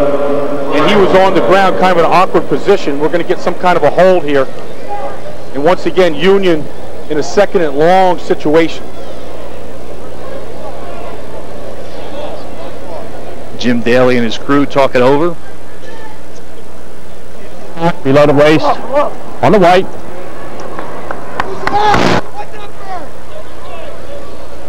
And the Farmers just can't get something going today. That is going to cost them more yardage with the penalty.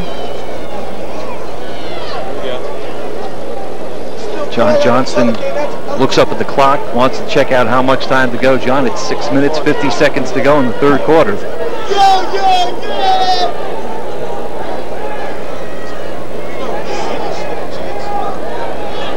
Leading receiver for Union, Sean Johnson, only 7 catches this year.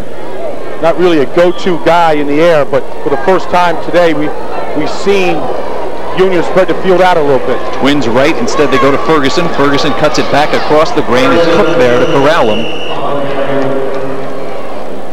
Not a 2nd and 23 type play. No, what you don't see from both Nimoy and Ferguson is that quick burst speed. That speed like you're shot out of a cannon that we see from Plummer. These guys are kind of plotters until they get moving and get their momentum and size behind them. And there's just too much penetration continuously by Montclair. Not allowed these guys to get moving. 3rd and 17 for the Farmers.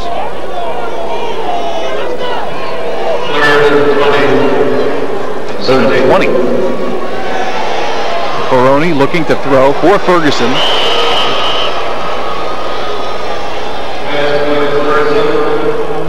And I thought Ferroni looked very shaky as southpaw throwing that play to Ferguson. Very well covered on the play. Under a lot of pressure by Jason Powell. Good coverage by Corey Bover, though. 4th and long. Farmers will give it away. If you don't have a great passing game or anything, you got to at least go to the screen pass. Everybody can set up the screen, and we haven't seen that from them. Low snap again. Passero fields it, kicks it, gets a nice floater away after the bad snap. Dunneman fields it, changes direction, and knocked down as he crosses the 45-yard line. Montclair will start from their own 46. It is Montclair 14, Union nothing with 5:13 to go in the 3rd quarter. We'll be right back. 5:13 to go in the 3rd quarter. The officials sorting it out with both sides. Yeah, and when you've got Rob Dunneman and Sean Plummer back there returning punts, you want to give these guys every opportunity, to be able to take one back. There's just too much talent back there.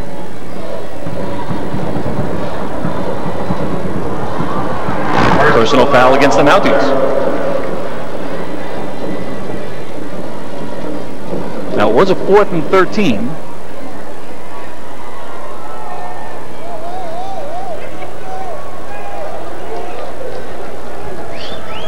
I see Nick Ferroni putting this one all the way off for a first down for Union. Yeah, Nick Ferroni putting his helmet on, talking to John Johnston, getting the play to start this next series to get a break. And, you know, what we've seen is that really Union cannot move the ball against Montclair so far today. Very, very stringent. But Montclair has shown signs that they will beat themselves here today. A couple costly penalties, some silly turnovers, the last interception by Roth, allowing Union to kind of hang around here. Ed Levita shaking his head, can't believe it. Well, we're getting the ball back, we've got the lead, and instead we give them the ball. Nimoy trying to go left, trying to follow a blocker, and the Mounties just keep stringing that play out. Jason Poe with the play. Yeah, everybody getting in on the act. A lot of blue shirts around the ball. Reckless abandon. Jason Powell, who we said, you know, coming back from injury, an opportunity to play again today, a senior, you know, wants to make an impact, and this play is just too slow in getting started. Trying to follow Luzzy. Luzzy trying to lead the play, but too much speed outside. And the backs aren't really quick enough to hit inside. Also, you know, they're in a tough situation right now. Until they can loosen them up with the pass, you're going to see Montclair sitting on them right at the line of scrimmage. Fourth Montclair penalty. Ferroni going with the play action, looking to throw. Airing it out for the sideline, hung that one up. And Dunham in the closest man to it makes a dive for the ball. Peterson, the intended receiver, but he just hung that one up in the air. Yeah, and Peterson not running a very good route right there. It looked like it was a broken pattern. And Ferroni was throwing it to a spot, and he was never going to get an opportunity to get there. It'll bring up a 3rd and 11 for Union.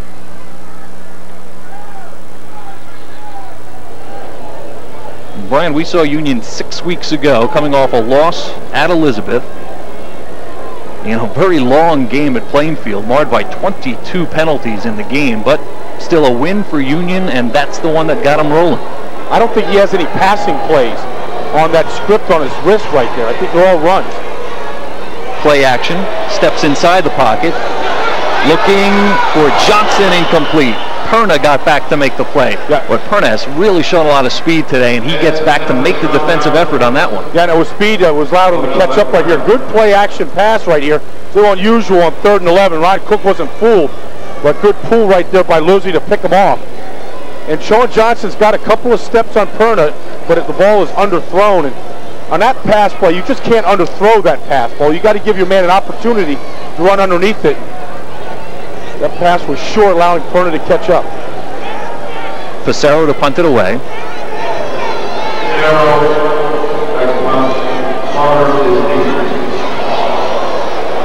We've got a flag on the play. Fielded by Plummer. And Plummer is brought down by Wayne Peterson at the 32. Again, we've got a flag on the play, and we'll have to sort this one out. The Comcast Network continues its 76-game college basketball coverage on Tuesday at 7. Catch freshman sensation Tim Thomas and 5th-ranked Villanova when they meet Ivy League power Penn at the Palestra.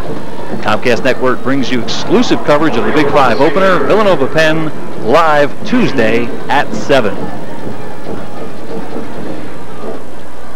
Under a lot of pressure, Ron Rogers comes into the screen, 64. Gets his best punt off of the day here.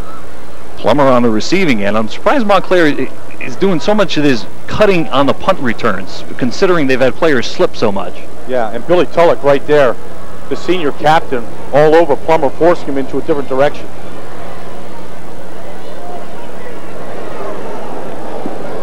Post-possession penalty against Montclair. Montclair's really hurt themselves today with some costly penalties, costing them some field position. All right, it's being called a procedure call against Union. That one declined by Montclair. They mark the ball back for Montclair to start at the 32. So the Mounties will start at the 32 with 3:51 to go in quarter number 3. Plummer immediately wrapped up in the backfield.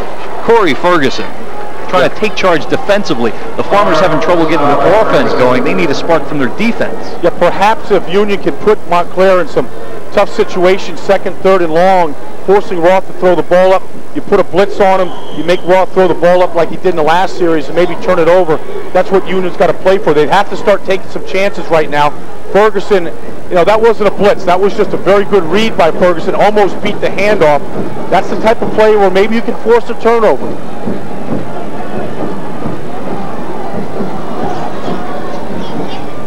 2nd and 12 coming up. Quick toss for Roth to Granderson. Granderson drops it. It's being ruled incomplete. Incomplete pass. The forward pass.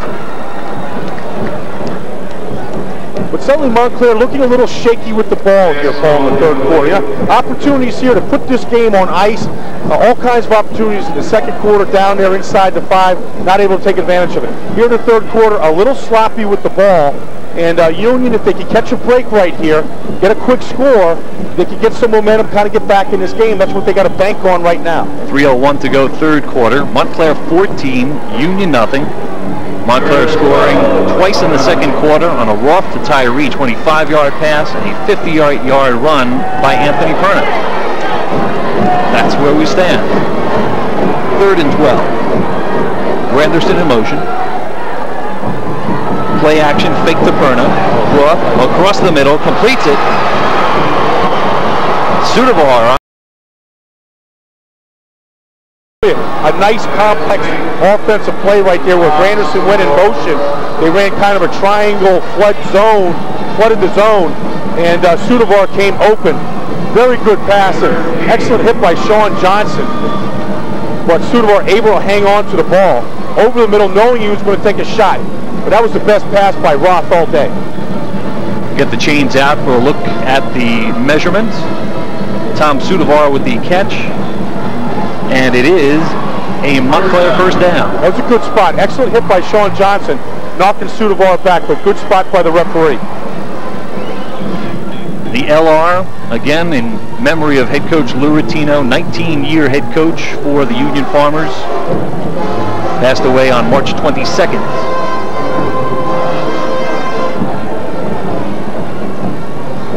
Perna trying to bounce outside. He's wrapped up by Brian Matthews. 3rd and 13, you're down 14 points.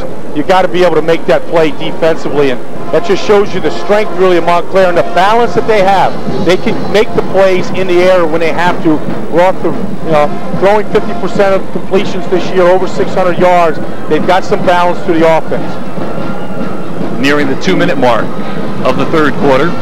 Montclair leading 14-0, playing for the Section 2 Group 4 championship. Union cheerleaders trying to get a little action going. Get the fans back in the ball game. They're hoping their defense can help them. Roth looking to throw, rolls, and completes it. And again, it's Sudavar, pulls it in at the Union 42, Tom Sudavar. The problem right there is that the linebackers, Ferguson and Nemore, taking a lot of chances against the run, and the tight end comes out in the pattern. The tight ends are forced to be covered by the linebacker, and they're just not playing pass as well as they should, and Sudavar able to get downfield.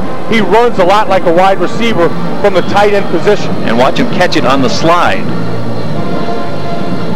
His feet will go out right there, but he still will keep the ball and the first down. See, Sudavar is a wide receiver lining up at the tight end position now. Perna. Flag thrown in from way back downfield. The back judge tossing that one from about 30 yards away. Never a good sign for the offense. Perna getting up with a little bit of a limp. He's definitely favoring that leg. He may be limping, Paul, but he doesn't feel any pain. He's enjoying this moment today. Chance in the spotlight, and he's delivered marvelously.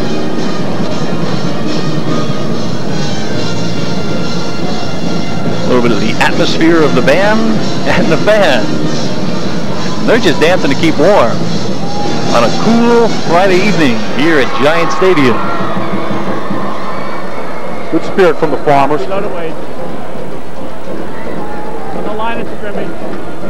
Repeat the down. Illegal block. 15-yard penalty. Moves the ball back to the Montclair 42. First and 25. Roth rolling right. Finds Perna out of the backfield. Perna knocked out of bounds as he crosses the 50. I'm not going to say he stepped out before he got to the 50. Roth is only a junior. He does a good job of running this offense off a bootleg fake right there. Finding Perna into the secondary. Good safe play on 1st and 25. If it's not there, the quarterback just throws the ball away. It's just simple pitch and catch right here. Good mechanics by Roth, though, throwing that ball on the run, delivers it so that Perna catches it without having to stop, catching it in motion. Perna, one of 6 juniors starting tonight for Montclair on offense. So this is a very young Montclair team that has right now the 14-point lead in the sectional championship. Get a 5 on the play, makes it 2nd and 20. Roth, straight drop, looking for Sudavar, and it falls incomplete. Boyd Sands watching from the sidelines with the executive director of the NJSIAA. Might as well just make camp here for a big weekend of high school football at the Meadowland. Rough, 76 yards in the air tonight. And a one big touchdown pass to Tyree. Yeah, beautiful pass to Tyree. A little surprised the Mounties. You know, I know 1st and 25 backed up because of penalty. Comes out throwing the ball, but with good confidence and good play selections too. And for the first time tonight, out of the shotgun.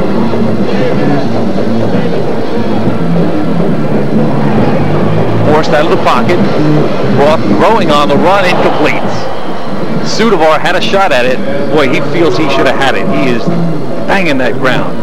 Yeah, it was a good effort by both Roth and Sudavar. And I tell you, excellent play-action fake by Roth underneath the Granderson. It really fooled the end Matthews, and he sucked him in, allowing Roth to be able to turn the corner. You'll see him right here.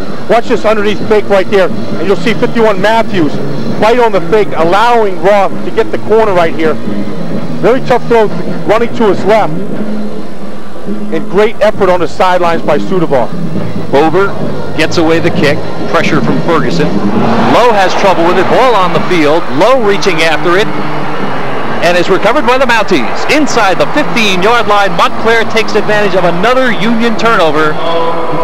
And that might be the one that really drives the nail into the coffin. Yeah, backup tight end Nick Wilson right there. We talk about speed and what it does to you as a team. You're constantly putting pressure. Now, yeah, a fumble punt return right there, but the speed of getting down the field and the pressure of getting onto the football right there, Nick Wilson comes up with a big turnover. The 4th turnover by Union here this afternoon or this evening. Yeah, 2 men fighting for the punt, and nobody came up with it except the Blue. From the 15-yard line, Brian Roth trying to direct his team for a 3rd score tonight. 42 seconds to go in the 3rd quarter. Granderson in motion. Play action fake. Looking in the end zone for Sudavar. He catches it, but beyond the end line. Sudavar with a great catch, but he was well beyond the end line when he came down. Sudavar really coming alive in this offense. Roth looking for him right here. He's on one-on-one coverage with Leonard Nimoy. Good play action fake. Another bootleg action right there. Really tying up the Union linebackers. But you see out of the end zone. Let's go back to the dropped punt. It is Josh Liggins who gets there in a hurry, pops the ball free. Look at all the blue jerseys in the screen right there. Hustling after the football on the loose ball. And Wilson recovers it for the Mounties. And another special teams turnover for Union. 2nd down, we get flags before the snap of the ball. Yeah, the right guard, Jason Powell, moved early on this play. A little too anxious. We get a late hit thrown in and a flag coming from the back judge. We had the initial flag. The play was stopped, and then right as the officials came in to get the football, a little extra hit from a Union player. That's just frustration from the Farmers right now. There's the motion. You saw looked like the right side tackle O'Rourke went off. And there's Perna. It's the extra. There's the ball being thrown back at Ferguson. And Perna threw the ball at Ferguson after Ferguson gave him a little bit of a push after the play. So frustration on Perna. Should be the flag.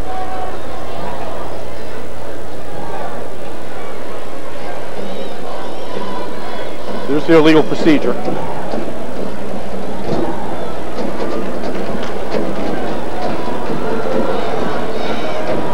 You know, this is the second guy that always gets caught, Paul. I think Ferguson you know, gave Perna a push after the whistle had blown on the dead ball, and then the frustration by Perna and the aggravation trying to come back at Ferguson, he's the one that gets caught. It's the hockey fight rule.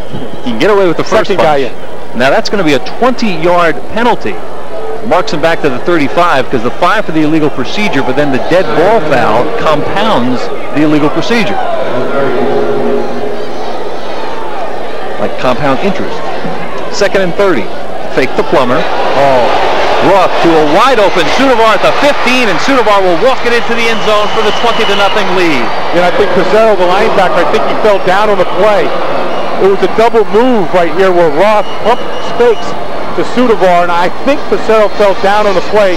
There he is, and it was just impossible to catch up, and Roth, who got the corner free off the bootleg fake, was able to just buy some time, and really a very simple play after that. And I think Tom Sudovar has made up for that drop pass early. And for Sudovar, his 3rd touchdown catch of the year. None sweeter than catching it in the state championship game. Sudovar with the 35-yard reception following the mishandled punt. We get movement on the line. You see Montclair become more efficient here this evening after a penalty. Once they get inside the red zone, where they get a little more distance to the end zone, where they become more effective.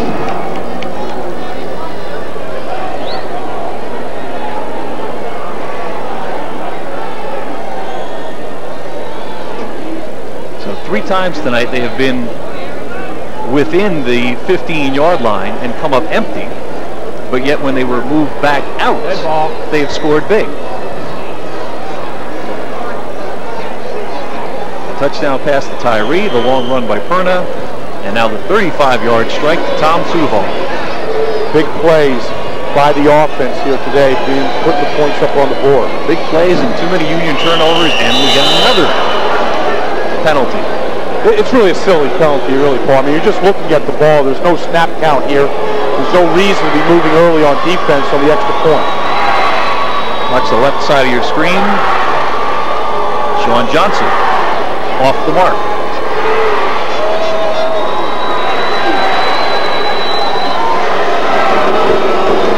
Now, the Mounties are looking to Ed Labita. See, maybe if they want to go for the 2 points since they're so close to the goal line. And Ed Labita is motioning him to the sideline to decline the penalty. Let's just get this kick and get it done with and take the 21-0 lead if Freddie Brown can convert.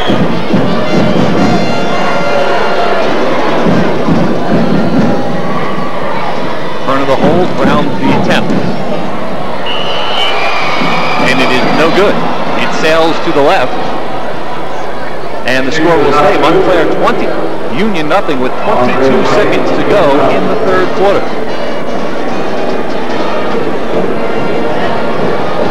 There's much more happening in high school sports than just the New Jersey State Football Championships.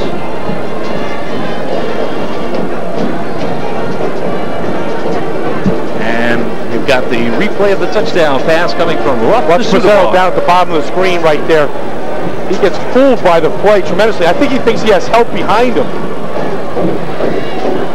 But the safety, I think that was Sean Johnson, had fallen down on the play. Pizarro went to shuck Sudovar off the line of scrimmage thinking he had help. Let's watch Sudovar on the catch. Does he bobble it for a moment? Almost too open, huh? Yeah, bounced off the shoulder pad. You know, it's one of those deals where you never think you're ever going to be that wide open on the play. A little unsure of himself. And by the way, Pizarro was safe at 2nd on the head-first dive. Pizarro turned around after shucking Sudovar off the line of scrimmage and could not believe that the safety hadn't come over to help him on the play. They call that a banjo coverage, where it's a part zone, part man-to-man, and he didn't get his help from the safety. Grant and Johnson back to receive the kickoff of Brown, who hasn't much reached inside the 25 tonight and moved again. Bounces away. Grant bobbles it out of bounds. A flag is thrown. I think they're going to rule that the ball was out of bounds. Grant went to catch it. I think he was out of bounds when he touched the ball. Of course, if the ball goes out, That's the penalty on the kicking team. The options, among the options, you can start at the 35. And that's what Coach Johnson wants to do. He wants to take the ball at the... The three options are take it at the spot, and of course, since it went out inside the 20, you're not going to do that. Take it at the 35 or ask for the re-kick from 5 yards back. Take it at the 35. As almost everybody always does. He's off out of bounds. Illegal procedure, the exact call against the kicking team for kicking out of bounds. So Nick Ferroni will now have to guide his team from 20 points down. With only 21 seconds to go here in quarter number 3. Remember talking to Coach Johnston earlier in the year during a Plainfield game, and he said that Nick Ferroni had the skills and he had the arm to develop as a passing quarterback, but just not really, just never really came along like I think he thought he was in the summer, and I think it's really costing them right now. Nimoy found an opening before Ron Cook applied the pressure. 10 seconds to go. Gain of 3 on the play for Nimoy. And the Farmers aren't going to be anxious to get off another snap. And time has run out in the third quarter. Third quarter that has seen Montclair add to their lead. It is now Montclair 20. Union nothing. We'll be back with the final 12 minutes right after this. I was telling you earlier that in addition to, of course, the New Jersey High School football playoffs, each week you can join host Mick Monninghoff for Comcast Scholastic Sports Weekly. Join Mick as he searches the New Jersey and Philadelphia high school sports scene for great stories and highlights from the area's rising young stars. It's Comcast Scholastic Sports Weekly, Thursday at 7, only on the Comcast Network. The Mountie Band, a lot to be excited about. They've got a 20-point lead, 14 in the second quarter, 6 in the third. And they are on their way towards a second state championship for Ed Levita. It's appropriate they're showing the drummer right there because Union is being drummed right now by the Mounties.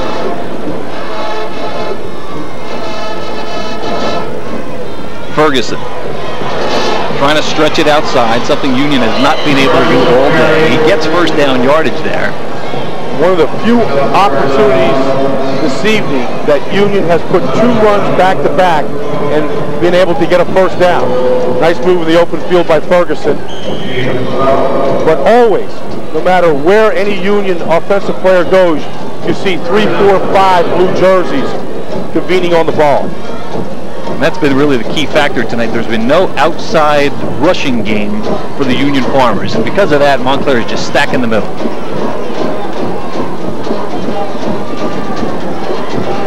Grant trying to get off the field. He does. 1st and 10. Pressure from Cook from the blind side. Incomplete. And Ferroni had to hear Ron Cook coming. Yeah, and Cook just came free. They actually had 6 men on the line of scrimmage for Montclair.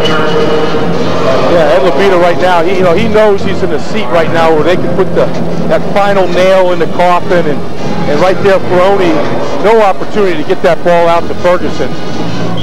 Cook coming free off the corner. But you smell that blood a little bit right now if you're a defensive player, and you want to be able to make a name, pad some stats, get some quarterback hits. That's what defensive players like. Tight formation for the Farmers. 2nd and 10. Ferguson trying to skip out to the left side, ducks back inside for a pair of yards. Paul, if you didn't know that Montclair was winning this game handily 20-0, judging by the Union offensive set, you would think that Union's in charge, winning the game. Very conservative on the ground. Looks like they're trying to eat up the clock. Through 3 quarters, rushing advantage to Montclair, and the reason it's not that big is because they've had short field situations today. Total yardage 225 for the Mounties, 103 for the Farmers, but 4 Union turnovers today. Yeah, and look at that balance on offense by Montclair. Almost even between the rush and the pass. Fake to Nimoy. Ferroni stays in the pocket. Incomplete. give Ferroni credit for staying in there. The pocket was collapsing quickly. Now Ferroni, he's under so much pressure, he can't even find his receiver downfield. He constantly looks like he's just throwing the ball up for grabs. Stats we just showed you, although obviously favoring the Mounties, not overwhelming. Again, so many short yard situations for the Mounties, whether on turnovers or bad punts. When you're going to play a style of play very close to the vest, you can't afford to turn the ball over, Paul. You're trying to play the field position game, keep your defense, allow your defense to kind of keep you in the game, perhaps. But when you're turning it over, and you constantly give a talented, skilled team like Montclair opportunities, you're going to put the ball in the end zone.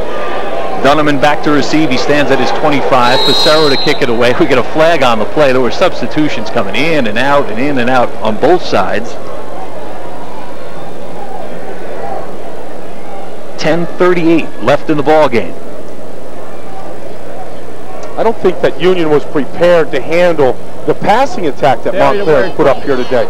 We saw in the first touchdown catch by Tyree, where Leonard Nimoy was the outside linebacker trying to cover him. He looked very cavalier in coverage. Legal substitution penalty. Player came onto the field without being in the huddle. So Pissarro will step back from 5 yards deeper to punt it away. This time it is Plummer who's back to receive. Plummer will take it at the 20. Head straight upfield to 30 to 35, and finally forced out of bounds as he crosses the 37-yard line. So Montclair made a little bit of a switch there. Dunneman for Plummer. And with 10:27 to go in the fourth quarter, it is Montclair 20, Union nothing for the sectional championship. We'll be right back.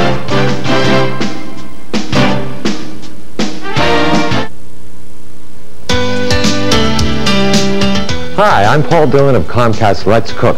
Each Plummer trying to cut back slips and falls. And to the Farmers' credit, they've done a nice job of controlling Sean Plummer all evening. The big run, of course, was by Perna for the touchdown, but Plummer really has been controlled very well tonight. Plummer was the leading scorer in Essex County last season. Omar Conover of Essex Catholic will earn that honor this year. Plummer will actually finish second on that list. Union still looking for the big play defensively. Brian Matthews trying to get it for him. But they're starting to run out of time. 9:50 left in the ball game. Plummer bangs into Pissarro. Now, all day long we talked about Plummer avoiding tackles. Let's not make it sound like he doesn't like the contact. He will on this play. Yeah, you see right there Hargrove on the pull. And here I think Plummer's a little frustrated as he's spinning around. He just runs into Pissarro in the back. We saw that frustration on Thanksgiving by Plummer, and then finally, he broke out of it in the fourth quarter, broke a long run around 60 yards. This guy's a threat anytime he touches the ball to go to pay dirt. Yeah, they trailed Bloomfield 10-7 at the half that day. One of 6 come-from-behind wins for the Mounties this year. Roth looking to throw, putting it up top for Granderson. Granderson almost hauled it in. He was covered tightly by Sean Johnson, but Granderson went up top and almost made the reception. Very nice pass by Roth. Very tight spiral, and you threw it up with a guy with that kind of speed with an opportunity to catch it one-on-one. Granderson scored 3 different ways in the semifinals against Plainfield, on a reception, on a run, and on a fumble recovery in the end zone. Nesbitt fumbled the ball at the goal line, and Granderson fell on it. And they like to take advantage of his speed. I said he's a track athlete in the spring. 10-9, 100-meter speed, very, very fast. Sean Johnson fields it at the 25, heads for the near sidelines, and a good 18-yard return for Johnson, trying to give the Farmers a little bit of a spark here. 8:43 to go in the football game. Montclair leads 20-0 in the Section 2 Group 4 final.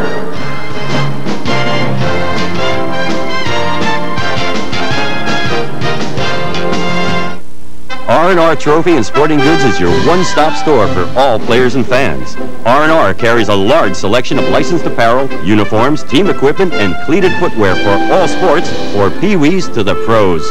Our trophy and plaque department can customize all your reward needs. R&R's selection of Russell Athletic is second to none, and we have now added Reebok apparel too. Remember, R&R, your Russell and Reebok connection. R&R Trophy and Sporting Goods, 104 Ridge Road, North Arlington. Free parking available.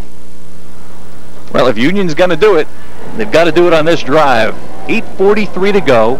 Montclair leads 20-0, and time is running out on the Farmers. They need to score on now every possession, if they even have 3 possessions left in the football game.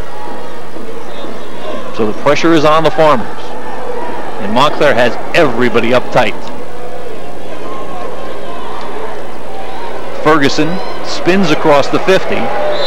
Corey Ferguson carried a couple of tacklers for about an 8-yard gain, and we've got a late flag thrown in again. The tempers are beginning to flare a little bit. A lot of frustration on the part of Union. A very, very strange set. They were overloaded heavily to the right. Ferguson cut back to his left. You see the power of Corey Ferguson right here. One of the reasons why he's been able to gain over 1,000 yards 3 straight years for the Farmers. And then a Union player dove into the pile when the play was over, and that's where the mark-off's going to come. Yeah, well, I saw Ron Rogers push Ferguson's head into the turf late on that play, and Ferguson got up a little upset about it, tried to counter it. Once again, Union in a second 15 situation. Seems like offensively all day they've been trying to climb that hill.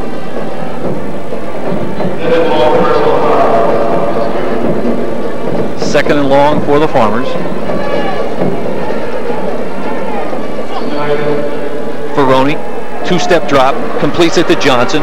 Perna immediately wraps him up. He gets out to the 45.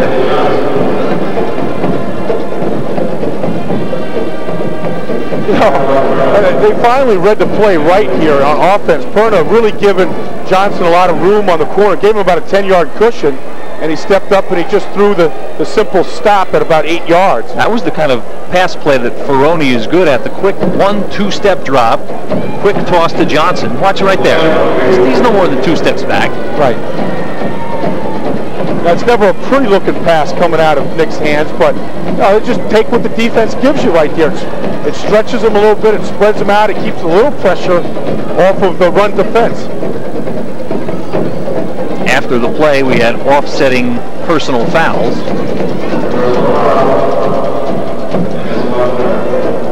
And that's the pass play right there that, Ferroni can complete because, on a 3-step drop, the defense isn't got a chance to get into his face and get a hit on him more than a few times a day on a pass. There, the call from Jim Daly, offsetting personal dead ball fouls. Still out of the I formation, 3rd and 8 for Union. Ferroni looking to his left, completes it. Now Ferroni have a little bit more time now in this short pocket situation, and we get another late flag thrown in after the tackle on the sideline. Yeah, the Farmers are going to get a first down out of this one. Going to be a late hit on the sidelines to Johnson. Another good pass by Ferroni. Simply Johnson and Perna one-on-one, and Perna's giving him a lot of room right there. Doesn't want to get beat deep, so he's giving it to him underneath, and allow Ferroni to get a little confidence, a little rhythm going offensively. Could have thrown the flag on either of 2 Montclair players who came in late. And no telling what was going on inside of all that confusion on the sidelines. Perna dragged him out to the sidelines, and he was okay with what he did, but then 2 players come on for the late hits. Montclair 20-0 with 7:43 to go in the 4th quarter. Yeah, an area of play going by right now where there isn't some jawing going back and forth between these 2 teams. Longtime rivals.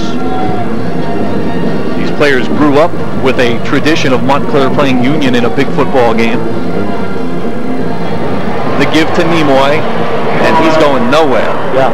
Ron Cook, you're just not going to fool this guy. David Tyree, and now we get some late hits going on both sides, and this is going to escalate here in midfield. This is out of control right now, Paul. A coach just got slammed by his own player almost. starting to get out of hand here at midfield. Really, really ugly. The referees are doing a bad job here. Well, the problem is they're outnumbered. The coach is trying to keep players on the sidelines, but as long as the players are out there, they're going to be in control.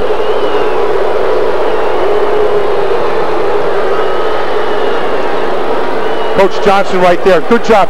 Take his own player off the field and get him out of the game himself right here. And he's not going to let go of Prentice Grant.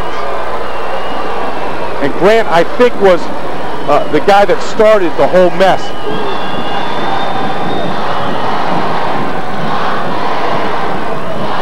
Some ejections are in order right now. Otherwise, there's going to be no order. Watch the play. Nimoy is going to be trapped in the backfield. Tyree the first man to get to him, and then Cook goes after him. Nothing wrong with that defense right there. And then as the pile starts to break, well, Nimoy's not happy that he got pushed to the turf late. And here comes Grant.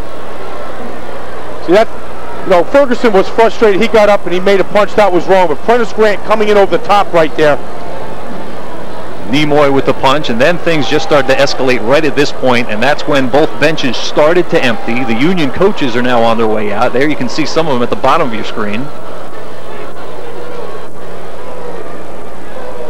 Paul, that was very, very close to becoming an all-out melee by both benches as players came off both benches, and I've seen situations get really, really ugly, and there's no room for that, especially at the championship level here tonight. Now the officials are going to try and sort this one out with stadium security in the light blue jackets, NJSIAA personnel in the dark blue. Jet Johnson still talking to his players about composure, about finishing the game. We still have 7:30 to go in this one. Yeah, Coach Johnson, I mean, he's not happy about what's going on the scoreboard, but he's less happy about the sportsmanship of his own players, or lack thereof sportsmanship by his own players. I think he's teaching them a lesson right now. Cheers from the Union sideline as their players try to get the fans fired up. Personal foul against Union. And we have had an ejection. More than likely it has been Grant.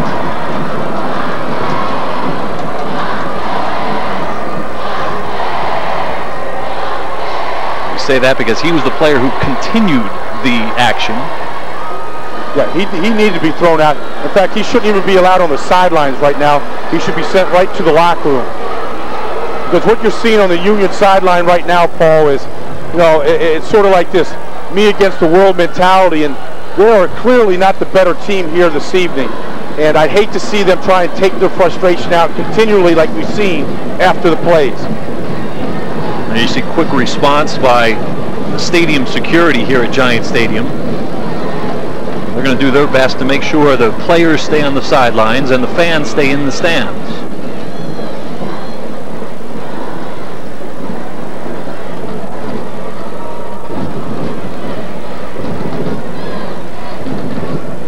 Looks like Montclair's defense is huddling up over there. I think that Ed Labita right now wants to talk to the whole team, maybe the defense just specifically, and let them know that we're not going to be the instigators of any more of this type of behavior.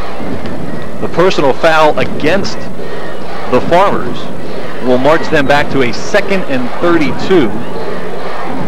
Try to establish a truce between the captains out here.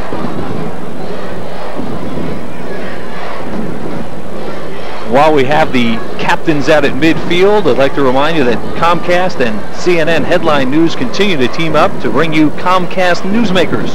Join host Lynn Doyle for her discussions with the area's headline makers, including your local, regional, and state officials. It's Comcast Newsmakers, each 25 and 55 minutes past the hour, only on CNN Headline News. Powwow at midfield, reminiscent of the Mets and the Reds from the National League Championship Series of many years ago, and back in 1973 when Mets players had to go out to right field to plead with the fans to not pound Pete Rose with cups and beer and anything else they could throw out. After the hard Pete Rose Bud Harrelson incident at second base, Rose trying to take out Harrelson. Here, a similar situation in that the officials have gathered the captains together, and I'm sure the main thing they're telling them is, say, fellas, we can leave right now. Do you want to play the next 7 minutes and 30 seconds and do what you came here to do, or do you just want to go home? Well, they've had a lot of problems in basketball in this state, in some championship games with some things that got out of hand and the stands emptied out and, the melee ensued. And, I think the referees and the security right here are not going to let this game resume until they've got real good control and make sure these players understand that, any more unsportsmanlike behavior, it's going to be automatic ejection. We'll shut this thing down. Well, that was one of the key things when this stadium was built 20 years ago. You'll notice that there are no, quote, ground level seats here at Giant Stadium. The first row is a good 15 feet above field level, the thinking being that no one can get on the field who doesn't belong there, and if you're going to try and get on the field, more than likely you're going to break your leg getting out of the stand. Yeah, kind of like a built-in moat system here. All right, let's reset the action for you. 7:30 to go, fourth quarter. Montclair leads by 20, 2nd and 32 for the Farmers. Here the first play after a long delay. And what often leads to those type of situations, just what we had there, players who don't get knocked down, but rather they're stood up, so defense doesn't want to give up and let them pop free, so you get 3, 4, 5 men coming on. Bober with the initial hit there. Yeah, and that man right there, Bober, really, terrific, perfect form tackle on Ferguson. Hit him right between the 3 and the 5. Today, Union 1 for 9 on third down conversions. And not going to be easy on this one. 3rd and 31. John Johnson just refuses to change formations or try to anything creative formation-wise. Baroni, 2-step drop, throwing for Johnson. Johnson can't bring it in. Boy, what a... Back into his hands. Yeah, separated by the ball by Donovan. Very aggressive hit. And Montclair has just been flat out more aggressive here this evening. Watch John Johnson try to bring it in. Baroni who had completed his last 2 passes in a row. The hard hit by Williams. And Bober coming over the top.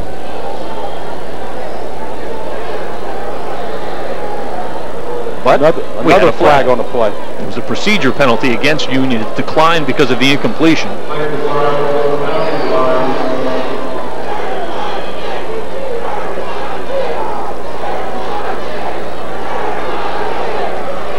They're going to go for it here on 4th and 31.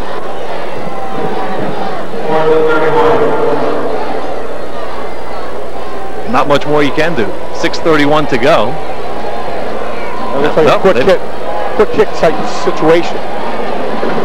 On a settled men on the field, they're going to fake it. Back to low. We've got a flag on the play. We had a Union player split from the pack, run to the sideline, stop. He might have still been in motion. There's a lot of heated emotions going on out there right now, Paul. I tell you, watch Corey Ferguson on every play. He's not allowing a play to go by without some sort of aggressive hit. Procedure against Union.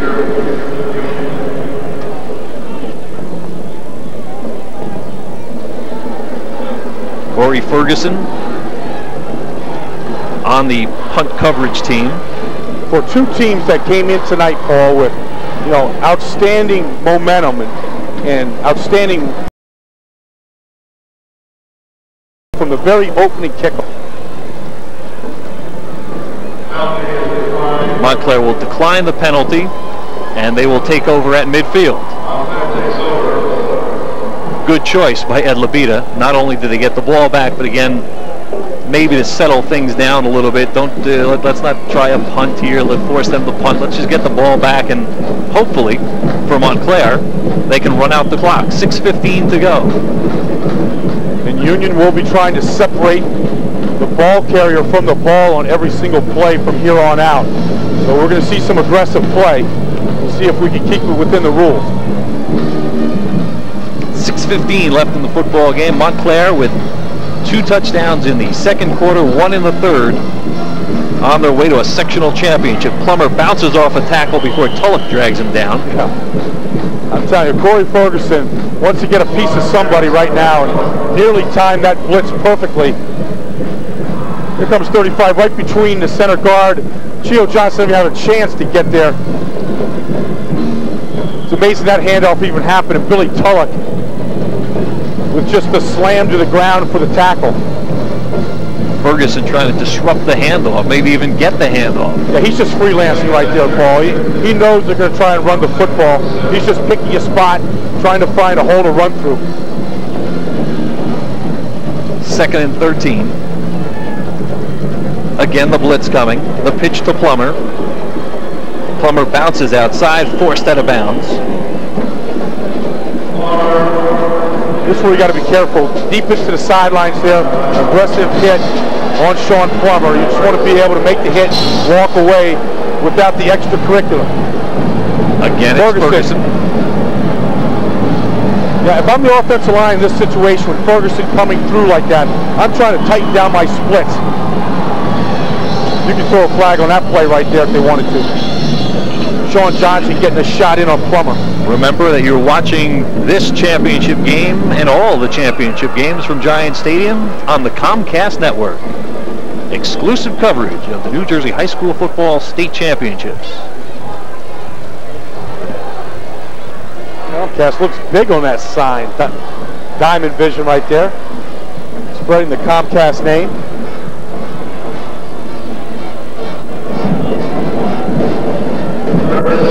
Pitch to Plummer on 3rd and 7.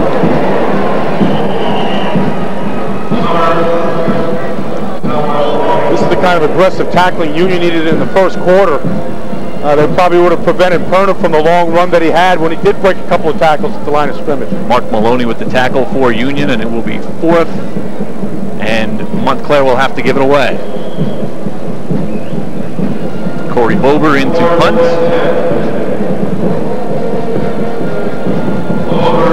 Johnson, the lone deep man for Union. There you see Sean Johnson, number 3. Short kick, end over end.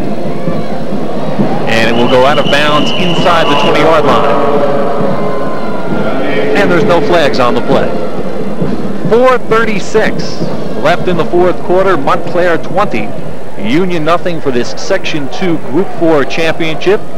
By the way, if you are interested in getting a copy of today's New Jersey High School State Championship game between Union and Montclair, you can call the Comcast Network at area code 908-602-7492. Once again, that's 908-602-7492 and order a copy of today's sectional championship football game. Union came in with 2 backs, Nimoy and Ferguson, both over 1,000 yards this year, but the way the tempo of this game was dictated never allowed these guys to get going. Ferroni, quick pass left, his arm hit. I think it was Cook that got a hold of him. And Ferroni is slow to get up. That really hurts when you got your arm whipping forward and all of a sudden it stops. Yeah, and Ron Cook, headed to Virginia Tech next year, has really been outstanding this afternoon or this evening, as he's able to freelance quite regularly in this defense. And when you're up 20-0, you can take a lot of chances. Montclair a loser on opening day against St. Joe's of Montvale, and since then they have reeled off what would be 10 in a row, including tonight's. Up the middle, Ferguson still fighting forward. He's across the 40-yard line. He drags 2 more tacklers. Well, Corey Ferguson has not given up tonight. He showed it on that last defensive series, and now he shows it on this play. Yeah, this is the type of emotion that Corey Ferguson needed to start this game with. You know, he's just going to not be denied at this point, and you know, he's taking his frustration out the way you should. Just running the football like Jim Brown right here, and just running through a very good Montclair defense. Not a big hole that he picked off. Breaks 2 tackles, breaks a shirt tackle, and now watch, he will spin Perna and drag 2 more tacklers. And he takes that late hit, and that's what he got up talking to the official about. So, Mr. Official, throw a flag on this play. 1st and 10. Ferroni, quick toss to Yonick, incomplete. Overthrew him. Yonick only goes 5'10", got to bring that one down a little bit. It's hard to believe that you know, after a complete season, Nick Ferroni, a senior, that the skills of throwing the football haven't been better than they are than they have been displayed tonight, Paul. Most of the night, he's been under pressure. I tell you, Ron Cook and especially Ron Rogers. Ron Rogers has had a real good game at defensive tackle for the Mounties. And once the running game got nowhere, Brian, Montclair could just sit and wait for the pass. That's what they're doing now. They're in a prevent defense. Quick opener for Ferguson. He will claw his way across the 50. Montclair will give Corey all those 7-yard runs he wants right now with the clock ticking down late in the fourth quarter. Ferguson nearing the 100-yard mark tonight. And it's been a quiet 95 yards, I might say, because Union has never threatened offensively all evening.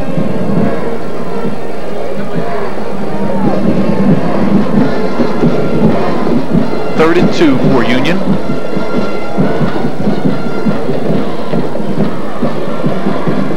Nimoy carries the ball across to the 45 of Montclair. It will be a Union first down. Between Nimoy and Ferguson this year, 30 touchdowns, and this evening really no penetration offensively and no threat really against Montclair. Playing for the big play all night, it's never happened, never really developed, never allowed to develop with the tight conservative formations they've thrown at the Mounties. For a point of information, each team with 3 timeouts remaining.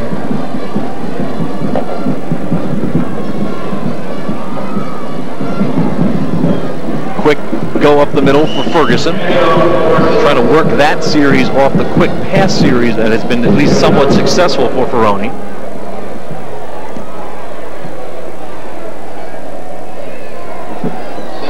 Union looks to finish the season 8-3. Their 6-game winning streak coming to a close tonight in the Jersey Meadowlands. The one target that Ferroni has singled out tonight has been Sean Johnson, who just came back in the game. He's going against Perna at the bottom of the screen. Look for this to be a pass. Instead, they give to Nimoy. Nimoy cuts inside. Montclair happy. The clock will continue to run as we near the 2-minute mark.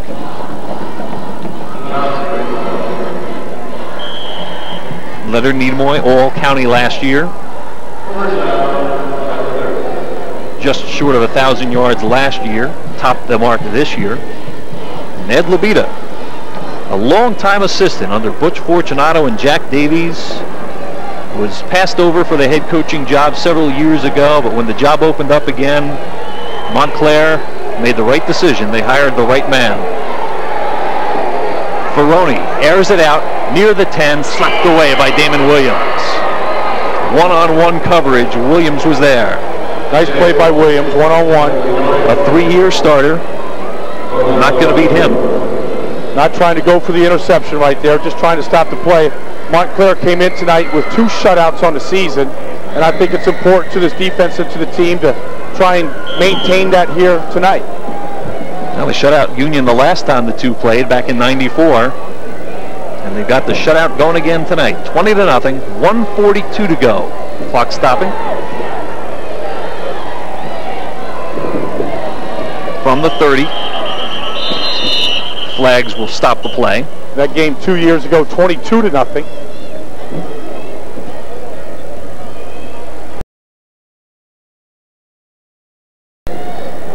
I think the good thing that's happened here, Paul, in the last 6 minutes is the referees really got this game under control, because it looked like, you know, there may be a threat that this game wasn't going to be continued, as out of control as it got there for a couple of plays. I think the coaches also get a little credit for that, for getting this one under control. You saw Ed Labita huddle with his team.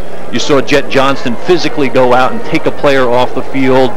Both coaches really getting control of their team. Yes, after the fact, but settling things down. So since that 7:30 mark, we've had no incidents. 1:40 to go.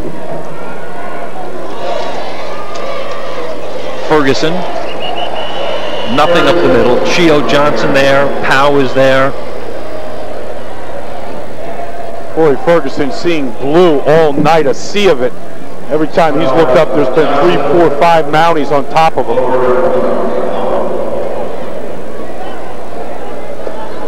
.118, and the clock is on the move. The scoreboard tells it all. Montclair 20, Union nothing.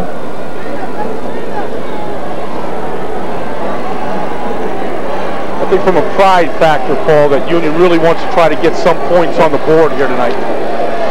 Ferroni looking to throw, forced from the pocket, rolls to the far sideline, airs it out along the sideline. Yornick had it for a moment, then it popped free. Yornick coming back for the football, so his momentum popped the ball out of his chest. Now, Ferroni, great effort scrambling outside, using his strength. And here's Sean Johnson down against Perna. Really.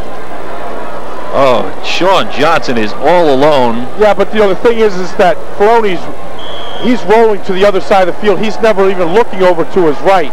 Yornick, great job. I mean, fundamentally comes back to the ball very aggressively and did everything proper, except it hit him in a bad spot, I guess. Running to the football, instead of cradling it with the hands, it popped off his chest. 4th down, last effort for Union. Yornick to the right, Thomas to the left, as Union just tries to get on the board late. Incomplete pass, and with 49 seconds to go, Montclair will take over and just need to kneel down and run out the clock toward a championship. Yeah, and I think that last incompletion right there sort of sums up the frustration by Union, as they're such a one-dimensional team. Montclair, I think, saw that on film, and they really overplayed the run all night. And the results are that it's going to be a shutout tonight. Defense was the story in this championship run for the Montclair Mounties. 4 turnovers tonight that they took away from Union, 5 turnovers that they took away from Plainfield. 2 games, 9 turnovers, 2 huge victories, and more importantly, they will be the sectional champions.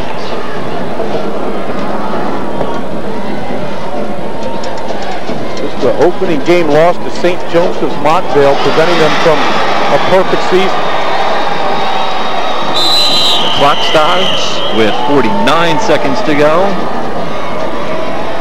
And for the NNJIL, they continue a masterful run for the conference. And Ed Labita, not sweating anymore. He already got the customary coach's shower.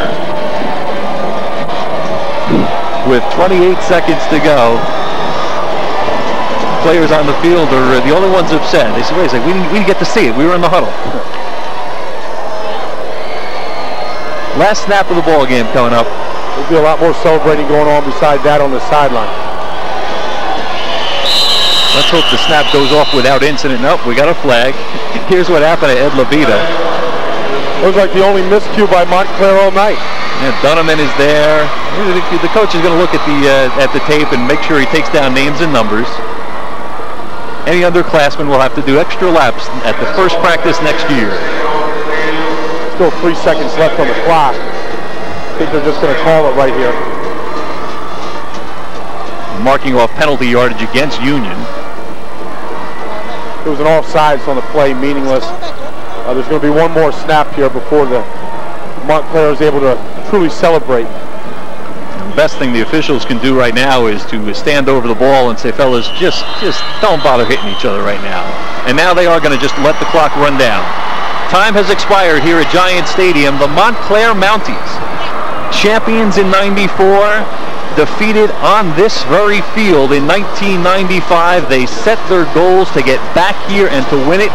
It may not have looked that way on opening day when they lost to St. Joe's, but tonight, against longtime rival Union, Montclair recaptures the North Jersey Section 2 Group 4 championship by shutting out the Union Farmers by the final score of 20-0. And Brian, it wasn't pretty most of the way, but when Montclair needed it, they turned it on offensively and particularly on defense. They just shut down a very strong Union running game. Yeah, like I said, they made this a one-dimensional game. They knew that Union couldn't mount any kind of a passing attack. They overplayed the run.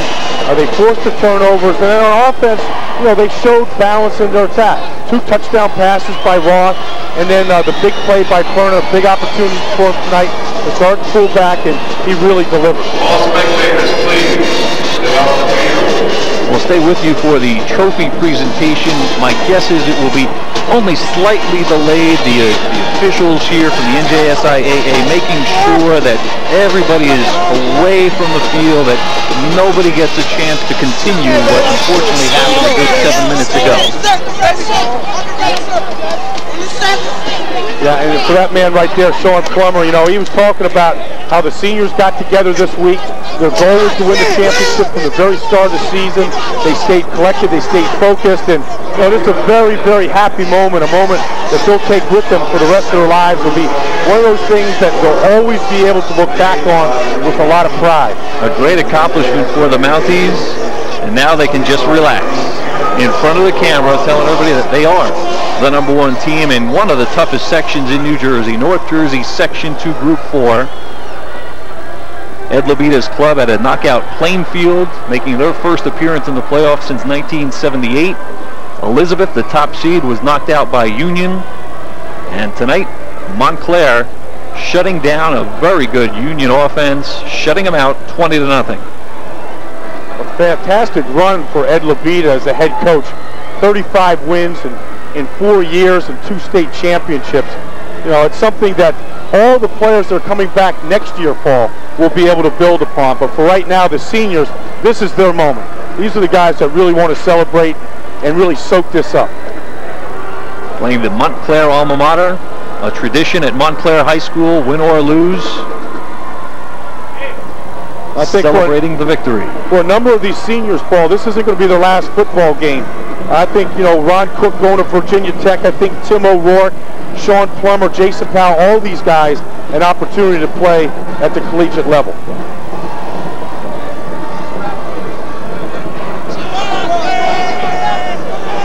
The presentation of the state championship trophy to the Montclair Mounties for the sectional championship. We'll remind you on the Comcast network, you get a chance to speak with the players, the coaches, and the personalities that bring sports to life on Sports Talk with Bruce Beck. Join him live each Monday through Thursday at 10.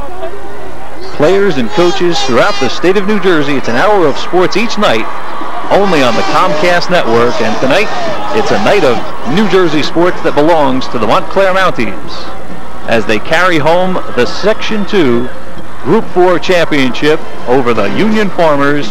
And in just a moment, Brian will be back from down on the field with our post-game interviews. Again, the final, Montclair 20, Union 0. 20-0. Again, the final score of the North Jersey Section 2 Group 4 championship. Montclair defeating Union. Well, in the 80s, Union owned the series against Montclair 3-1, but in the 90s, it's Montclair with the lead 2-0. Let's join the Montclair celebration down on the field with Brian Baldinger. I'm joined by head coach Ed Labita. And Ed, second championship in 2 years here, 3 years. Describe the feeling of winning your second championship here. It's just, I can't describe it. It's so awesome. I'm just so happy for our kids. They played so hard. It's been a long haul. We lost our opening game to St. Joe's, and we didn't play well. And they've just come on like gangbusters, game in, game out.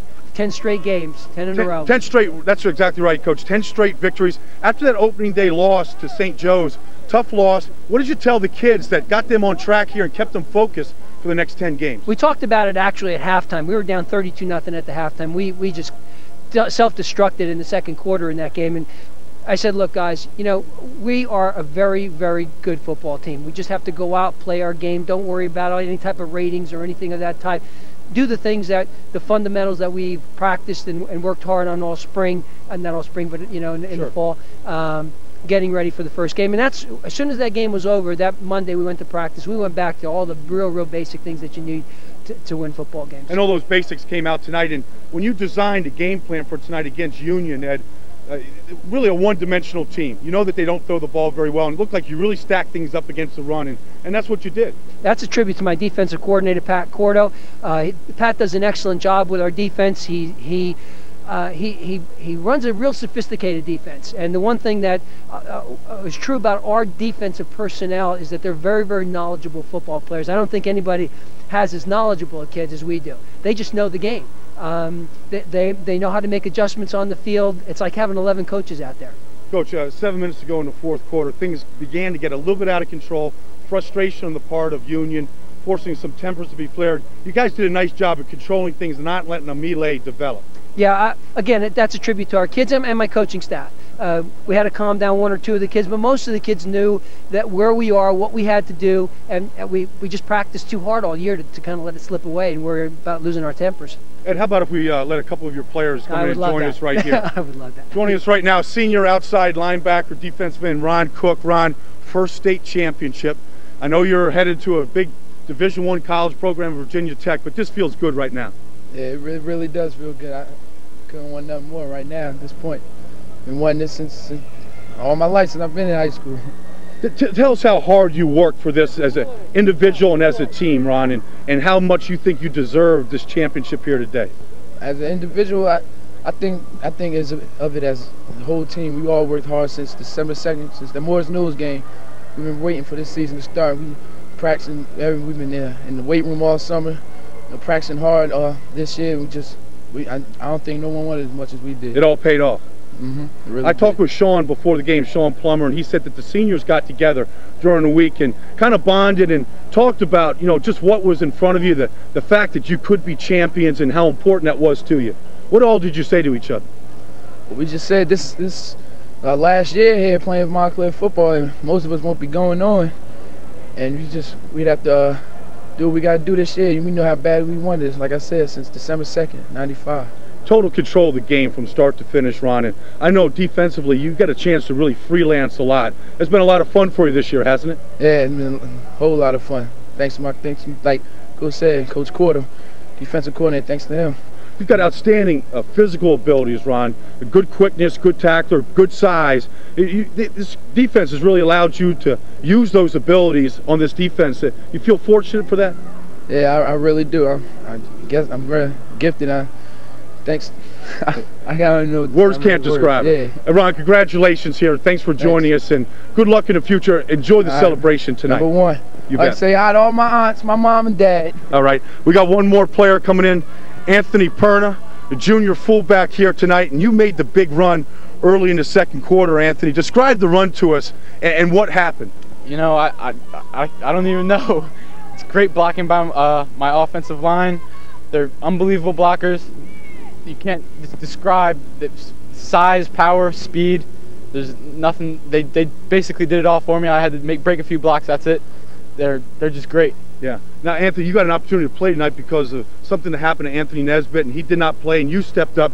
You took advantage of your opportunity here tonight. I want to dedicate this game to Anthony Nesbitt and Greg Williams, who missed it. I know they worked hard all week in practice. They really wanted to come here and play today, but things happen, and Anthony and Greg are two of my really good friends, and I know they wanted to be here. They were here, but they were sitting in the stands. I talked to Anthony after the game, and he missed it, I could tell, but he shouldn't have. Anthony, can you describe what it feels like to win a championship? I can't. It's an unbelievable feeling. It's amazing. I don't know what to say. The teammates want you in there right now, Anthony. Go enjoy the celebration. Thank you very much. You bet. That's Anthony right there. It's a fantastic celebration. We can't even describe the words right now. Anthony Perna right now, big touchdown run. Fantastic job defensively. A fantastic effort by the entire Montclair Mounties, from head coaching staff to all the personnel and the players, and the spirit that the school brought out here in the Giant Stadium. And for a shutout here, the second championship in 3 years, I know that Ed Labita feels very good about it. And from Giant Stadium, this has been Brian Baldinger for the Comcast Network. Congratulations to the entire Montclair Mounties for another state championship.